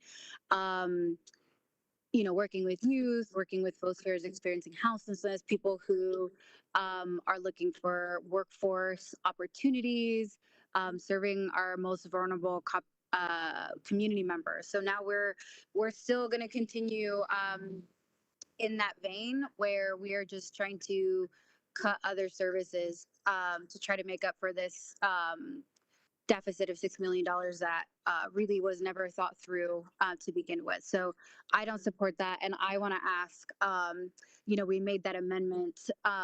If we can find other sources, I am not comfortable with supporting this ordinance if the way in which we're going to make up the deficit is to suddenly now cut funding for nonprofits. I do not agree that that is a good decision.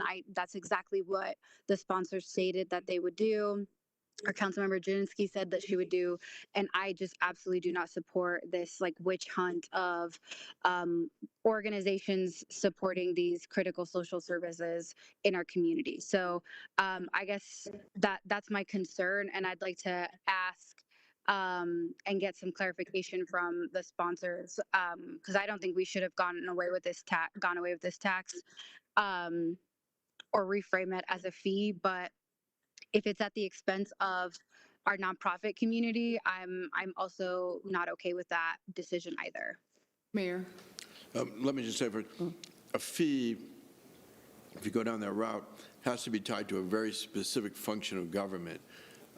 Whereas if it goes into the general fund, it's a tax and not a fee. Councilmember Janinski. Yeah, Wait, Mayor, can I get a clarification from the sponsors? I had a question in my comments. I'm speaking next. He just called on me. Councilmember Janinski has the floor.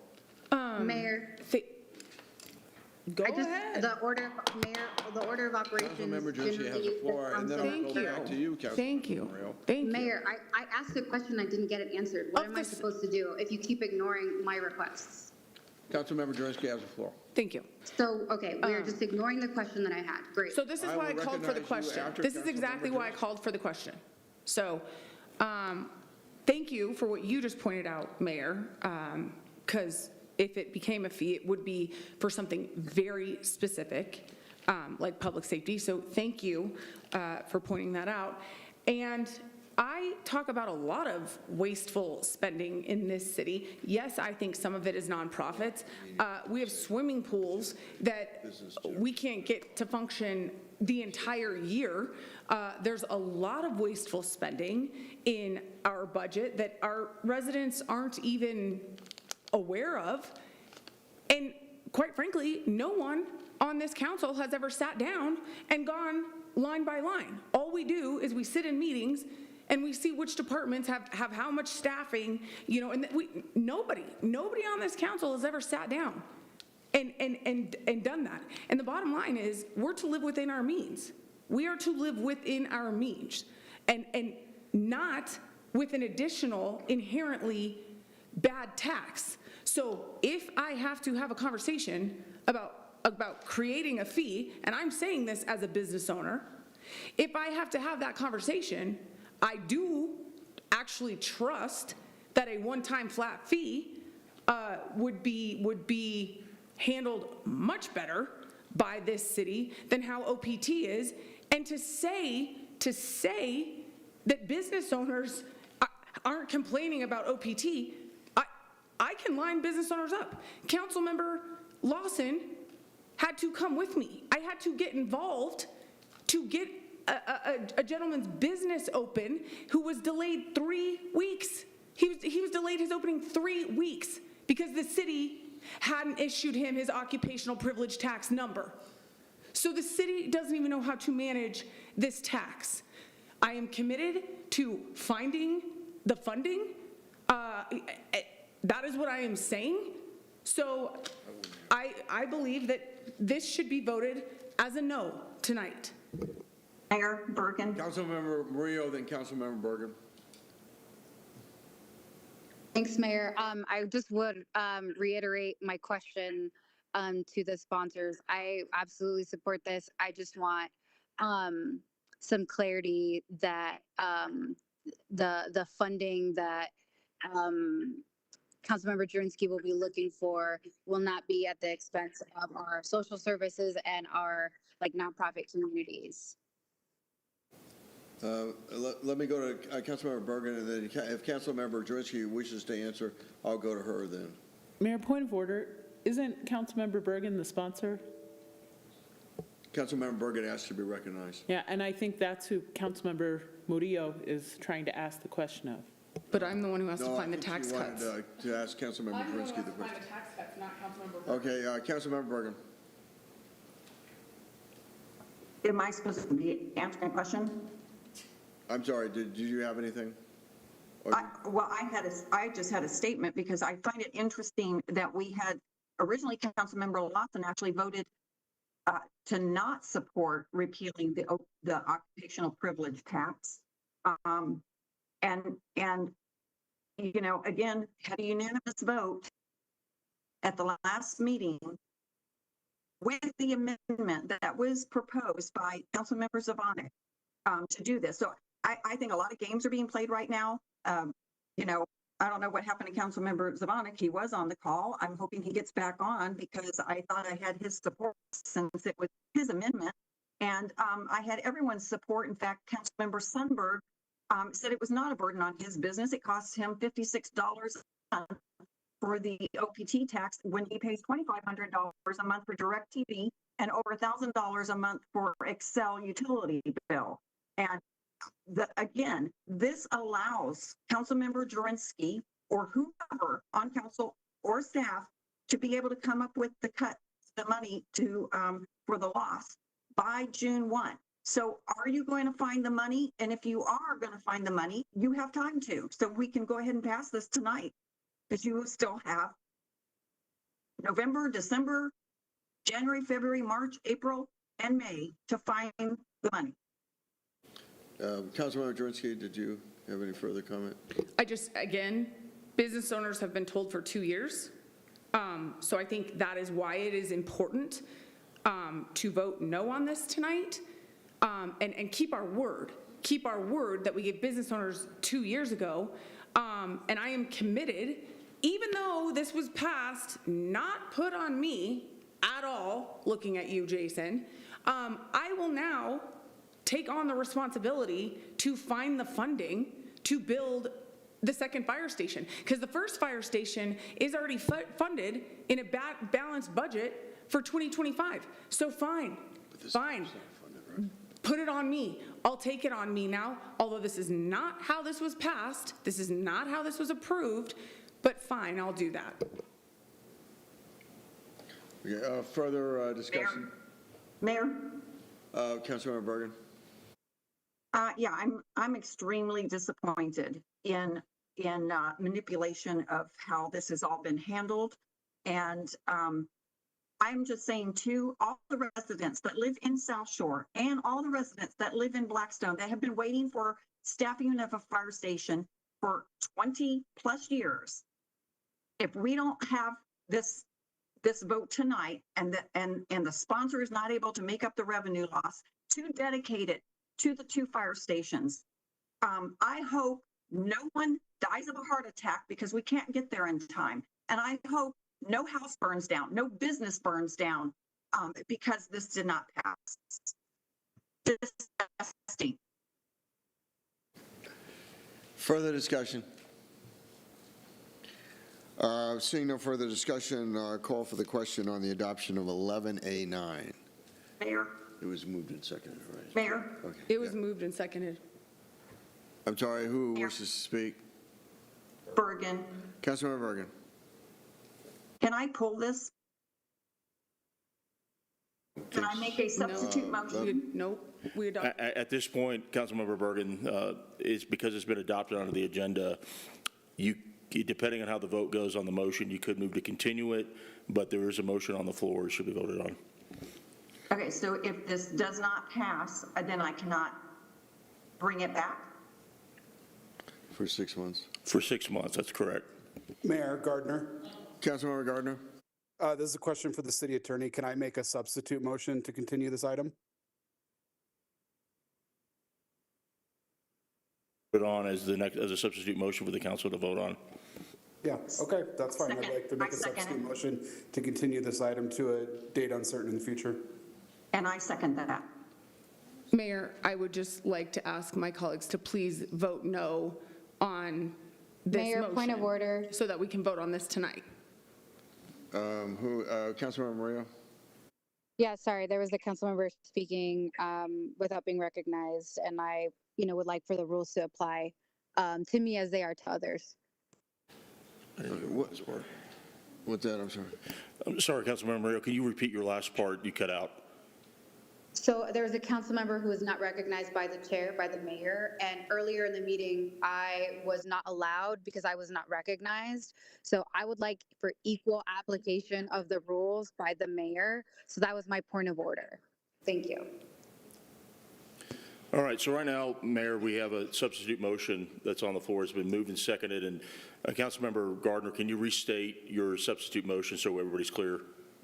My substitute motion is to continue this item into a date uncertain in the future. So now we would vote on whether or not the substitute motion should be the one that that council is going to vote on, not whether to agree with the substitute motion. Substitute motion takes precedence. We have to do that? Well, it's because of replacing the motion that's on the floor, right? So we would vote on that approve motion. A9. Okay. Wow. We vote on the substitute Yeah, but you motion. vote on the substitute, but I thought it's all in one. Well, because it does two different things, the substitute motion would have to replace the original motion, but would need council support to do that. Yeah, but that's a simple majority, right? Correct. Okay, okay, so it's the substitute motion to continue to what date? A date uncertain. I'm sorry, what date? He said a date uncertain. No, you have to do We it. got to have a date. That's tabling. It's tabling. To postpone indefinitely, you would need a 2/3 majority vote of members present. Then I'll select the second meeting date in January. I'm sorry, The second date of January, Mayor. okay. It's the second meeting in January. Okay, second meeting of January, I don't know what that date is. Okay, so it was moved by Councilmember, the substitute motion is moved by Councilmember Gardner, seconded by Councilmember Bergen. Discussion on the Bergen substitute motion. Seeing no discussion, the motion is to continue to the second meeting in January? Because the calendar hasn't been adopted yet, so it can be the second meeting as published in January. Second meeting in January. Second regular council meeting in Regular January. meeting in January. Further discussion? Seeing none, call for the question on the adoption of the Gardner substitute motion to Murillo is a 11A9. yes.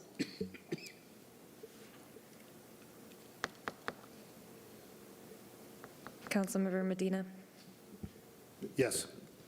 Mayor Kaufman, Mayor votes yes. the motion passes with 6 yes votes, 4 no votes from Councilmember Hancock, Drinsky, Lawson, and Sundberg to continue this item to the second council meeting in January 2025. Will the clerk now please read the title to 11B2? Item 11B2 is finalizing of ordinance 2024-67, amending ordinance 2022-77 related to Article 5, employer occupational privilege tax, and Article 6, employee occupational privilege tax of Chapter 130 of the City Code of the City of Aurora and other related matters. Motion is in order. Mayor, Councilmember Bergen? 11B2. motion to approve, are we on 11B1? Okay, or do you, 11B2? Do you want to go ahead and continue this as well, since these two are linked? Yes. I'm sorry, Councilmember Bergen? Oh, can you hear me? Yes, I would like to amend it to also be extended to the January meeting. Okay, our motion before us is to continue to the second meeting in January. Mayor, point of order. Councilmember Coombs. If this didn't pass until January, it would become moot, correct? That is correct. Because the OPT will be repealed as of January 1. That is correct, Councilmember Crims. The last date that council can take action on this item is Monday, the 4th. Oh, Councilmember Bergen, do you want to reconsider that? Next Monday. Yes. So I would like it, so I can just continue it till December, the second meeting in December? November 4th is the last time the action can be taken, next week. Oh, sorry, November 4th. Okay, Because November. of publishing deadlines, Councilmember Bergen, November 4th is the last time council can take action to avoid the January 1 expiration of the OPT. Well, if I can ask a question of staff administratively, and that is, if it were to be repealed on November 4th, well, if it's, if it were to go forward again on November 4th, how difficult is that to do administratively for? Do we even have time for it on the agenda? No, if it passed in November, I mean, just in terms of getting notices out and things like that to businesses. Katie? Yep, this ordinance has already been noticed twice. The second. Yeah. So we can't do That's, so it's not like, the question is just for the administration of the OPT tax, is that, does that give the administration enough time? Well, I guess in this sense, it would be, you have to put the tax forward again. Right. Effective in January. After council approved the first reading, we did communicate with some of the businesses that council was reconsidering this, but that action would not be final until the second reading. But we can do that, but the city can administratively. Correct. We have to communicate with businesses. Execute. Yeah. Okay, that's, okay. So the substitute, Bergen substitute motion? Or regular motion? Well, it's November 4th. So the regular motion on the floor, before Councilmember Bergen is to continue this. And actually, Councilmember Bergen, just to be clear, I'm looking at our ordinance publication calendar. Katie, correct me if I'm wrong. This could go all the way to the 18th if needed to have the effective date of 12/21/2024, which would be before January 1. So it could get continued till November 18th and still have time to go in effect by 12/21, as long as it's not amended. Okay, Councilmember Bergen? Okay, November 18th? Okay, is that your motion? Yes. Second. Okay, it's been moved by Councilmember Bergen, seconded by? Gardner. Seconded by Councilmember Gardner to continue to 11B2 till November 18th. Mayor, Discussion, Councilmember Jernsky. I am encouraging my colleagues to vote no. I am encouraging my colleagues to end this right here, right now, tonight. I'm urging a no vote. We are in a balanced budget all the way through 2025. We have plenty of time to figure out what we're going to make happen. I am asking my colleagues to please vote no and end this tonight. Further discussion. Mayor. Councilmember Gardner. Question for the city manager. What is our projected budget shortfall starting in January of 2026? Approximately $11 million. Got it. Thanks. Mayor? Councilmember Bergen, then Councilmember Jernsky. Yes, I'm again urging my colleagues to support the push till November 18th. It is really important that we staff these two fire stations, and I don't know how we're going to do it without this repeal of the OPT tax. Mayor? Then Councilmember Jurenski. Yeah, a shortfall of roughly 11 million.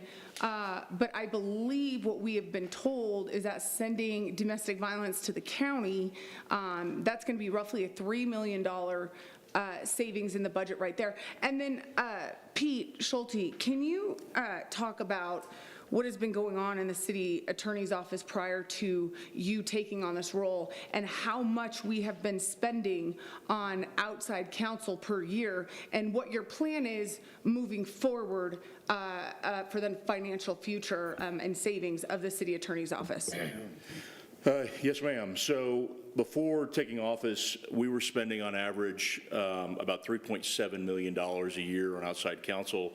That was one of the things that I asked our team to look into. My intent and under my direction is to bring more litigation in-house, as many of us talked about in the interview process, and I think we can do that. I think we're already taking steps to be able to do that.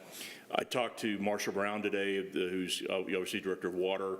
We've been able to bring on some water attorneys that they've now dropped their costs by adding one attorney by $500,000.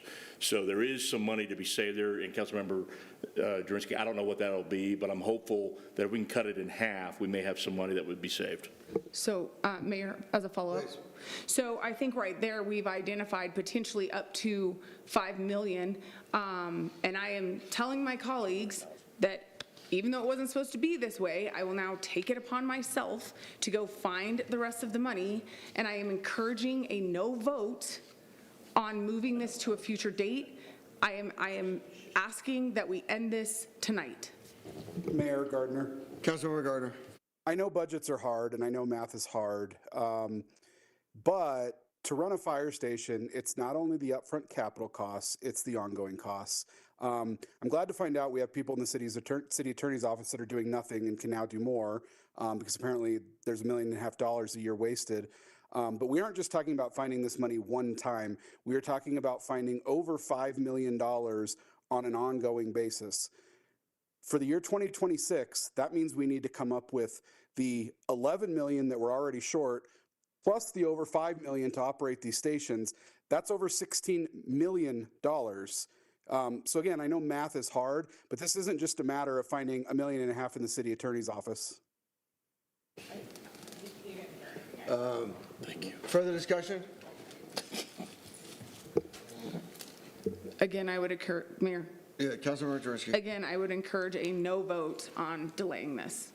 The question before us is the adoption of the, I guess, Bergen substitute motion to 11B2 to continue to the November 18th. Yes. Further discussion? Seeing none, call for the question on the adoption of the Bergen substitute motion to 11B2. Mayor Murillo is a yes.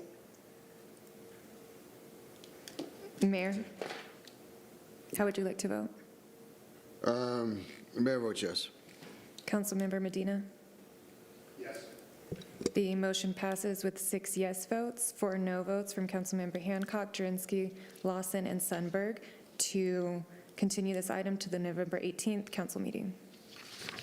Clerk, now please read the title to 13A. Item 13A is introduction of ordinance 2024-68, amending certain sections of Chapter 138 of the City Code of the City of Aurora, Colorado, relating to rates and connection fees for the provision of water, sanitary sewer, and wastewater services. Brief presentation on 13A. Yes. Good evening. Can you all hear me okay? Perfect. So we're looking for council support for rate and fee increases for the 2025 fiscal year. Just as a little bit of background, Aurora's water infrastructure is supported by a cost of service model. Review this model annually to avoid the rate shock that comes with doing increases infrequently. One of example is you all are probably familiar with the issue that Broomfield is facing right now. And so what we're proposing for 2025 is a 5% overall increase in water, a 10% increase in sewer rates, and a 3.5% increase in stormwater. Any questions on? Questions of staff? Seeing none, motion is in order. Mayor, I move to approve 13A. Moved by Councilmember Sundberg, seconded by? Hancock. Seconded by Councilmember Hancock to approve item number 13A. Discussion? Seeing no discussion, call for the question on item number 13A.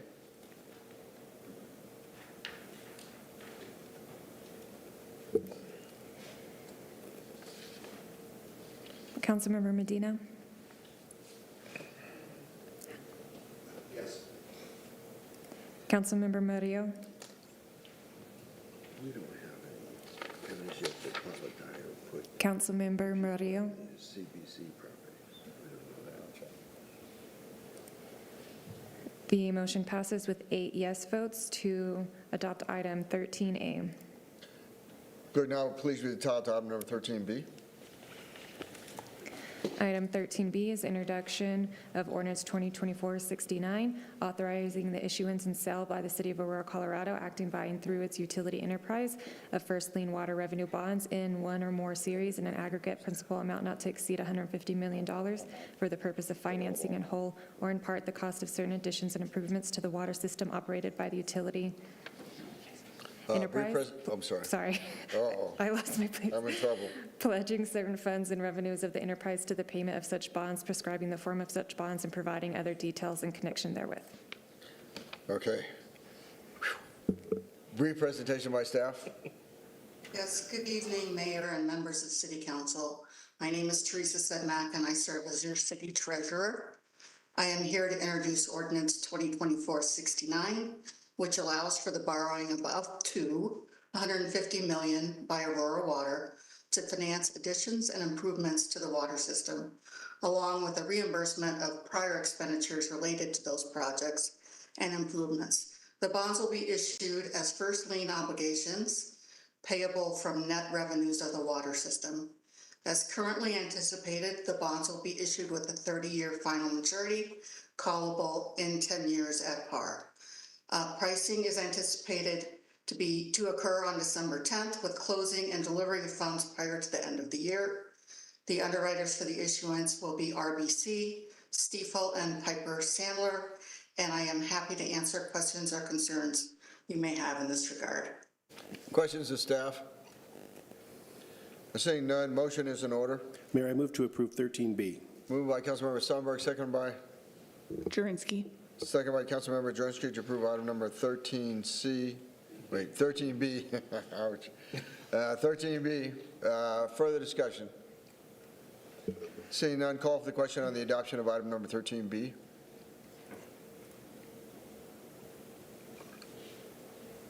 Just keeping me on my, Councilmember Bergen? what's that? Just keeping me on my toes. Yes. The motion passes with 8 votes to adopt item 13B. Clerk, now please read the title to item number 13C. Item 13C is introduction of ordinance 2024-70, establishing the tax levy on all taxable property within the corporate limits of the City of Aurora, Colorado for the tax collection year beginning January 1st, 2025 and ending December 31st, 2025. Brief presentation by staff. All right, thank you very much, Mayor and Council. This is Greg Hayes, Budget Officer. There are 3 ordinances associated with the 2025 budget. This one, the tax levy, then next, the adopting and the appropriating ordinances are all part of it. This summary pertains to all 3 of these, from 13C, 13D, and 13E. The ordinances are the culmination of a lot of work by staff and by council, including numerous ward meetings, public invited to be heard, several information sessions with council, the delivery of the proposed budget at the end of August, and the related presentations in September, the review and positive recommendation of the budget by the Citizens Advisory Budget Committee and the other citizen committees at that time, and last but not least, the ever so exciting Saturday workshop that we were all part of. The tax levy ordinance generally sets the certification of the property tax mill levy, and the adopting and appropriating ordinances set the budgetary spending limits at various levels of detail. Staff is available for any questions you may have. Questions of staff on item number 13, I'm sorry, Just start with that. 13A, 13B, and 13C. No, just 13C. No. 13C, D, and E. Oh, I'm sorry. Questions of staff on item number 13C, 13D, or 13E? Seeing none, a motion is in order for item number 13C. Mayor, Councilmember Coombs. move to approve item 13C. Moved by Councilmember Coombs, seconded by Mayor, second. Seconded by Councilmember Lawson to approve item number 13C. Discussion? Seeing no discussion, call for the question on item number 13C.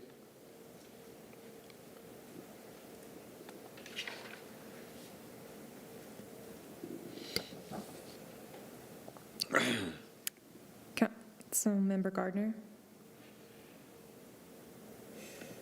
Councilmember Medina.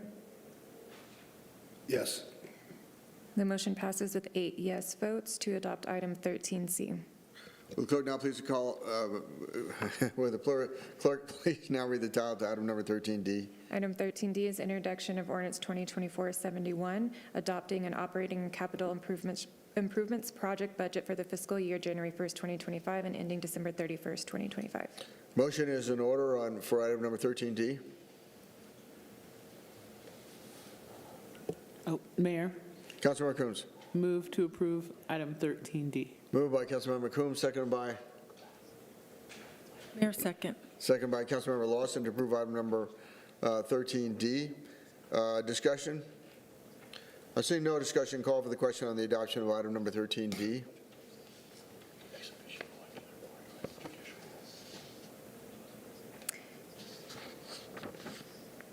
Councilmember Hancock.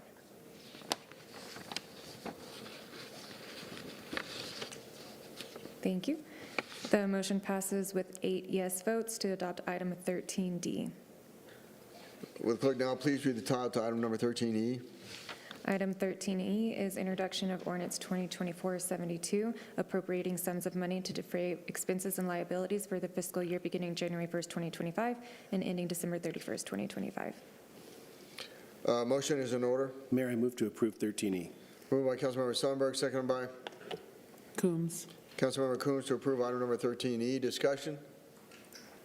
Seeing no other discussion, call for the question on the adoption of item number 13E.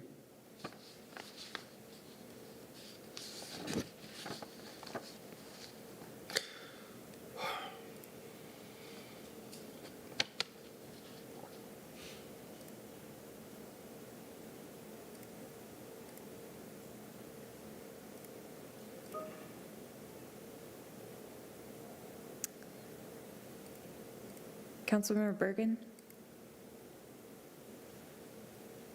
Yes, I ended up on e-scribe with a different item that came up. Councilmember Sundberg. Yes. All right. The motion passes with 8 yes votes to adopt item 13E. Clerk, now please read the title to item number 13F. Item 13F is introduction of ordinance 2024-73, ordinance of the Aurora Conference Center General Improvement District number 2-2011, adopting an operating budget and establishing the tax levy and appropriating sums of money to defray expenses and liabilities for the fiscal year beginning January 1st, 2025 and ending December 31st, 2025. Brief presentation by staff. Good evening, Mayor and Council. Andrew Jameson, Treasury. I'm here for items 13F through K, along with the operating budget. We bring the General Improvement District budgets for annual approval. There are 6 of them, and basically this budget authorizes us to collect a mill levy to pay for debt-related expenses for improvements in these various districts.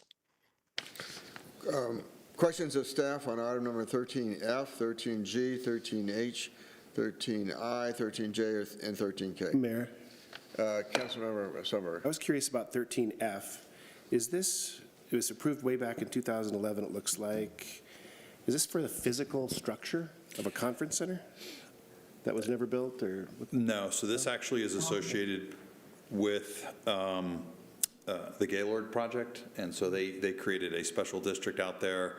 This initially was created, the initial incentive had the ability for the developer to request that the city issue, actually the AURA issue bonds to support their project. The city would have been required to back that with a moral obligation. Instead, and the intent of this general improvement district was to provide an additional tax base in the event that the tax increment off of the project were not sufficient to support those bonds. Our incentive agreement says that if they chose to take the tax revenues directly, which they have done, this revenue just passes back to the developer as part of our overall incentive. So essentially, this is tax that nobody else is paying, that they're charging themselves, and just goes back to them. Further questions of staff? Seeing none, motion is in order. On item number 13F. So moved.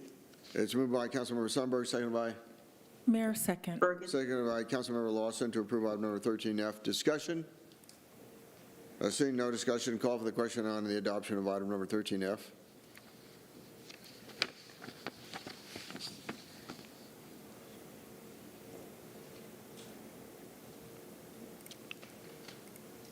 The motion passes with 8 yes votes for item 13F. Will the clerk now please read the title to item number 13G? Item 13G is introduction of ordinance 2024-74, General Improvement District 1, 2007, Cherry Creek Racquet Club, adopting an operating budget, establishing the tax levy, and appropriating sums of money to defray expenses and liabilities for the fiscal year beginning January 1st, 2025, and ending December 31st, 2025. Motion is in order. Councilmember Coombs? Move to approve item 13G. Moved by Councilmember Coombs, seconded by? Mayor, second. Councilmember Lawson to approve item number 13G. Discussion?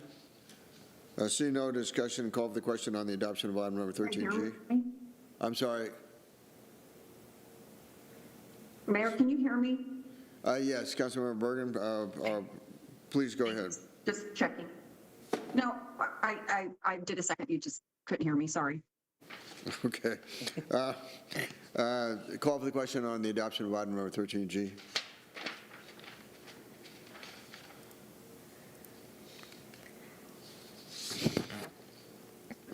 The motion passes with 8 yes votes to adopt item 13G. Clerk, now please read the title to item number 13H. Item 13H is introduction of ordinance 2024-75 of Cobblewood General Improvement District 1, 2016, Cobblewood General Improvement District adopting an operating budget, establishing the tax levy, and appropriating sums of money to defray expenses and liabilities for the fiscal year beginning January 1st, 2025, and ending December 31st, 2025. Motion is in order. Mayor. Moved by Councilmember Coombs, seconded by? Mayor, second. Seconded by Councilmember Lawson. Sorry, Mayor, we need a motion. Oh. This is a motion. She didn't say anything, though. You just said. Oh, I'm sorry. You were mind reading, I think. Oh, I apologize. So just motion to approve item 13. Okay. Moved by Councilmember Coombs, seconded by Councilmember Lawson to approve item number 13. Where are we at? G? H. 13H. Discussion? Seeing no discussion, call for the question on the adoption of item number 13H.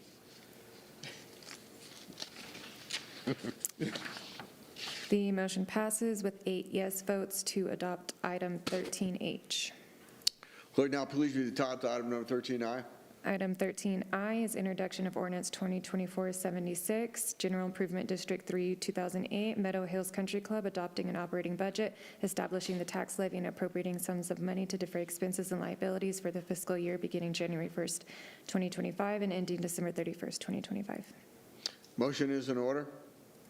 Mayor, I move to approve 13I. Moved by Councilmember Lawson, seconded by? Coombs. Seconded by Councilmember Coombs to approve item number 13I. Discussion? Seeing no discussion, call for the question on the adoption of item number 13I.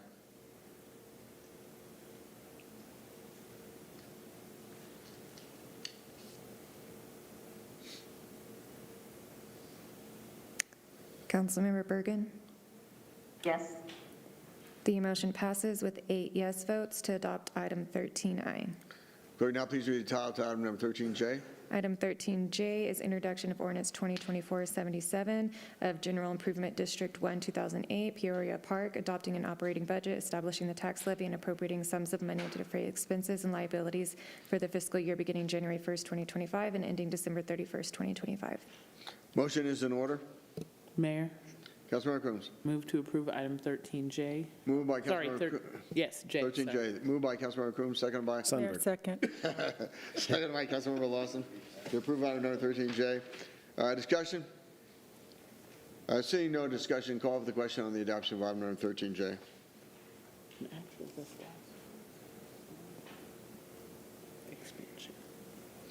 Councilmember Bergen. Yes. The motion passes to adopt item 13J. Will clerk now please read the title of item number 13K. Item 13K is introduction of ordinance 2024-78 of Pier Point 7 General Improvement District 2, 2009, adopting an operating budget, establishing the tax levy, and appropriating sums of money to defray expenses and liabilities for the fiscal year beginning January 1st, 2025, and ending December 31st, 2025. The motion is in order for the adoption of item number 13K. Mayor, I move to approve 13K. Councilmember, moved by Councilmember Lawson, seconded by? Coombs. Second by Councilmember Coombs to approve item number 13K. Discussion. Seeing no discussion, question before us is the adoption of item number 13K. Call for the question.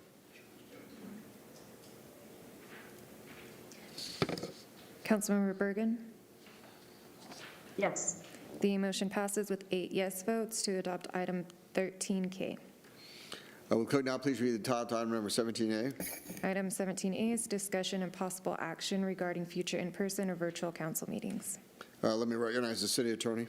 Thank you, Mayor. This was, again, a placeholder on the agenda just for notice in case council wanted to make any changes to upcoming meetings. And I only bring that up, I just talked to the city manager. Because of the election next week and the Aurora Room being used by the county, this would be a time if anybody wanted to move all of our meetings virtually on the 4th, if you wanted to, but this would be the time if there was any interest in that. Very well, okay. Reports. Had a great town hall meeting last Saturday at the Central Library from, I think, 2, or I went to 4, supposed to end at 3:30. And Aurora Public Schools gave a presentation on their bond election, and then the chief spoke for quite a while and answered a lot of questions on. Mayor, wait, sorry, I'm confused. Did we just jump straight to reports? We were trying to kind of see if we wanted to do. No, they were trying to figure out if they wanted to have the discussion. Is there, does anybody wish to comment on 17A?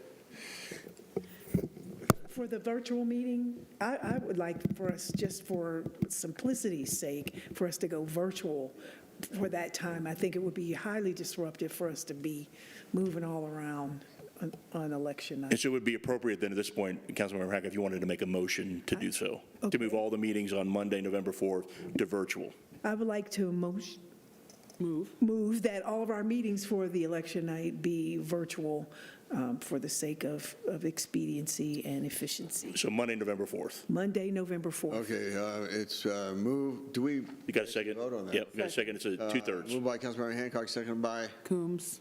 And Councilmember Coombs to for the next meeting to be all virtual. All the exec session, work session or study session, and then the meeting all be virtual on Monday the 4th, November 4th. Very well. Discussion. Mayor.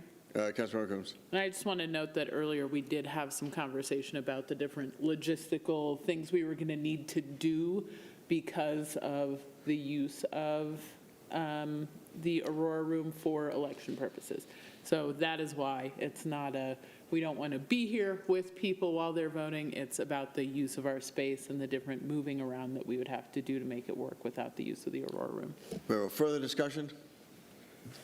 Seeing none, call for the question on the adoption of the Hancock motion to item number 17A to for the next Monday, next regular meeting, next executive study session and regular meeting to all be virtual. Further discussion? Seeing none, call for the question. on the adoption of the Hancock motion? Mayor Kaufman, Mayor votes yes. Councilmember Bergen. Thank you. Yes. The motion passes with 9 yes votes to conduct the November 4th council meetings virtually. And Council Mayor, I do have a question. For public comment, do we want to use the call-in line for public invited to be heard and for agenda items? Because that's no longer in the council rules. Why, is the call-in line still operational? It is an option we can use. It is an option, yeah, we kept it there in case the virtual option like this would happen, where we could have public invited to be heard via the call-in line. But I guess could we still have the sign-up being at 5 o'clock virtually online? We can, if council would like to move forward with that, because it's the council rules is, I don't know if we need to vote to suspend the council rules to allow virtual public comment. So that would be the next thing. We would just need a vote to allow public comment, because right now the council rules require them to be in person, in an in-person council meeting. If you all wanted to have public invited to be heard on Monday, now that they're going to be virtual, we need a motion and a second and a 2/3 vote in affirmative. Well, if we do nothing, then there's no public invited to be heard, right? Correct. So you have to act affirmatively to have public invited to be heard. That would be virtual for an hour. Mayor, Councilmember Coombs. move to suspend the council rules to allow 1 hour of virtual public comment on November 4th. Moved by Councilmember Coombs, seconded by? Mayor, second. Second by Councilmember Lawson to have 1 hour public invited to be heard virtual during the next regular meeting of the Aurora City Council. Discussion? Seeing Mayor, none. can I get some clarification on this? For the item for public comment on agenda items, does council want to allow that? Yeah, I think. Yes, personally, sorry. yeah. Yes. But if we say nothing, then doesn't that go forward? I just wanted to make sure you want a public invited to be heard and public comment on agenda items. Those are two separate things. I think We can vote public on comment on one. agenda items would be included in a virtual meeting. It's the public invited to be heard that would not, except for a motion like Councilmember Coombs has made. Okay. So I think somebody would have to act in the negative by saying that they didn't want to do public invited to be heard Mayor. agenda items. Go ahead, Katie, sorry. No, I'm sorry. The public call-in line is no longer in the council rules at all. So we have Okay. to specify whether or not we can use Okay. that for We do public have comment to. on agenda items and public invited to be Okay, heard. okay, I stand corrected. Mayor. We do have to do it. And we can do it in one I'll vote. Amend the motion accordingly, so to allow 1 hour of public invited to be heard virtually and to allow virtual public comment on agenda items. Very well. Moved by Councilmember Coombs and And seconded Mayor, by I'll second the amendment. Second by Councilmember Lawson. Discussion? Seeing no discussion, I'll call for the question on the Coombs motion.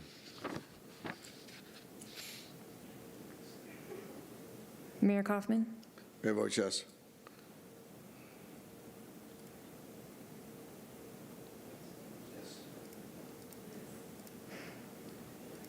Councilmember Bergen?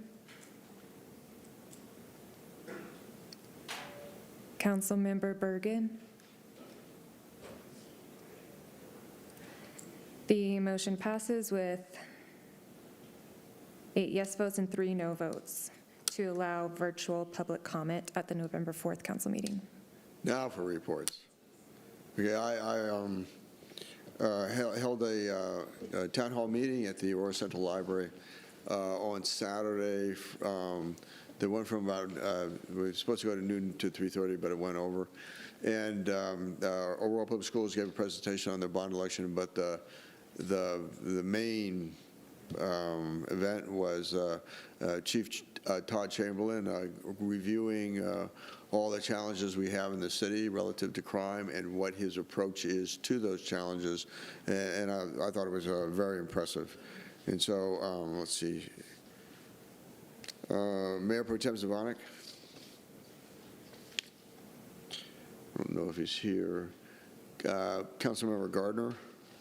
No report. Councilmember Coombs.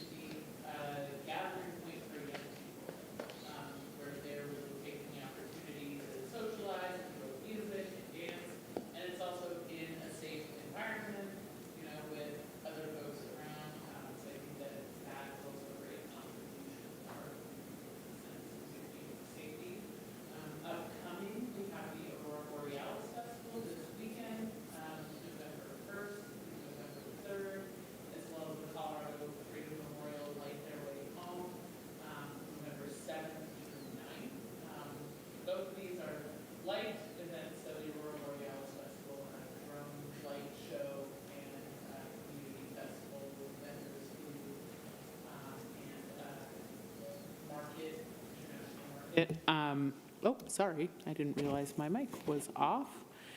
And then the Colorado Freedom Memorial Light Their Way Home, they actually will put out lights to recognize those folks who have died in service from Colorado, and then they take them back down. They, last I checked, were still looking for volunteers. So you can go to their website and sign up to volunteer to put the lights out and take the lights back up. And then as well, other opportunities to serve our community. We will have posted city vacancies for the Planning and Zoning Commission as well as the Aurora Housing Authority, which the City Council will interview and appoint folks for. So be involved, be part of the community, serve and contribute, and join together. Thank you. Councilmember Jurenski. No report. Councilmember Murillo.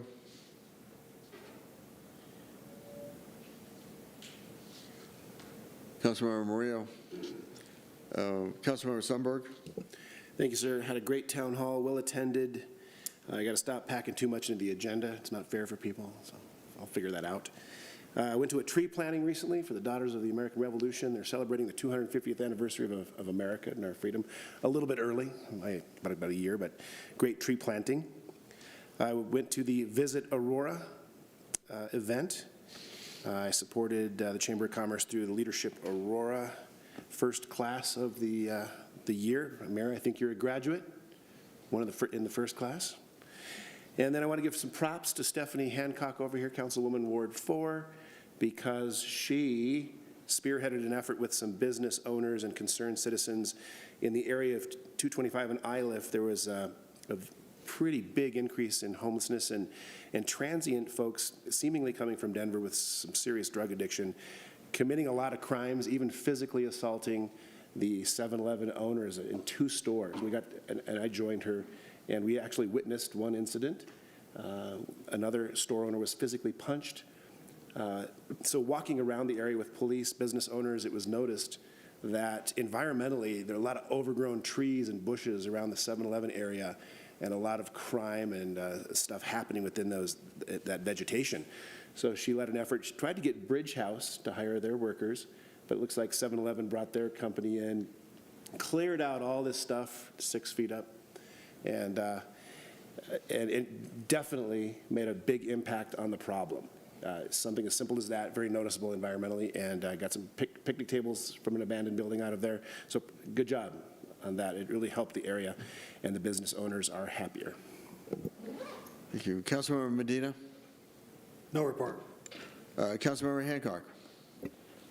Well, Councilmember Sundberg stole my thunder. But anyway, it is really nice to be able to see that the efforts that we on the City Council do try to be of service to our community, because that's really why we were elected. And to your point, Councilmember Sundberg, we're seeing some really great improvement over there on Black Hawk, where the Black Bear Diner, the Texas Roadhouse, and the 7-Eleven are. If you'll notice, there's the Texas Roadhouse is taking over the formerly Ahua Mexican restaurant. It will be razed to the ground, and Texas Roadhouse is going to be moving into that space. So it's going to be a bigger, better Texas Roadhouse, and then they're going to take that additional area to be utilized, I believe, for parking and better access so people can enjoy that area. I do have my quarterly town halls will be starting again in January, and I do have a place, yay, for us to meet. It will be a Mount Olive Church. More details to come. Again, to Council Member Coombs talked about the Aurora Borealis Festival coming up on the 1st of November. This is going to be thebomb.com. You need to go. It's going to be free. It's $20 to park if you wait that day, but it's $10 if you go on now. They have VIP passes that you can get that'll get you up close and personal and inside the lighted facilities. It's going to be amazing. Food trucks and light shows and things for the kids to do, a silent disco, all kinds of crazy fun stuff with lights and fun. This is going to be the signature event for Visit Aurora and for our great city. I mean, we have so many things that we fight about and we're upset about, but here's an opportunity for us to come together and celebrate the greatness of our city and the beauty and the diversity that we have to offer here in our city. And the night market that Councilmember Coombs talked about is in my ward. She took my thunder once again, but I'm taking it back by saying that the night market was a huge success. And, you know, Ward 4 is, I would like to call it the breadbasket of our city.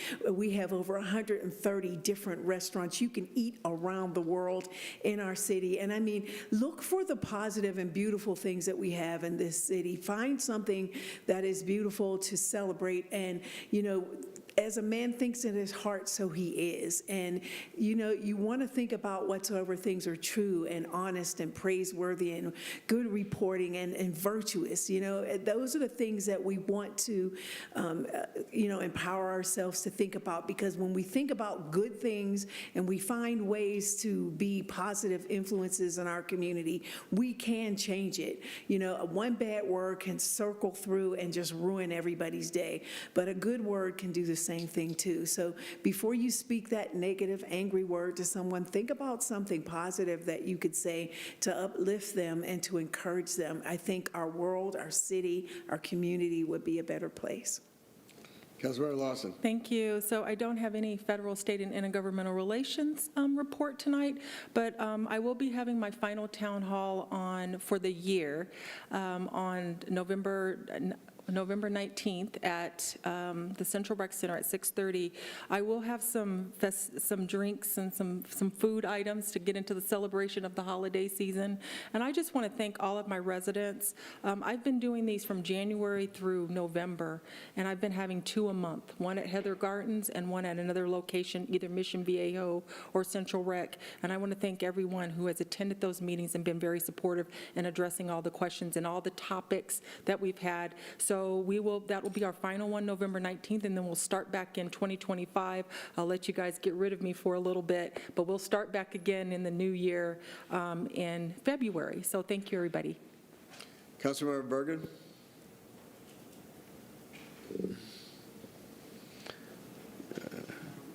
Councilmember Bergen, okay. Seeing no other business before the Aurora City Council, meeting is adjourned.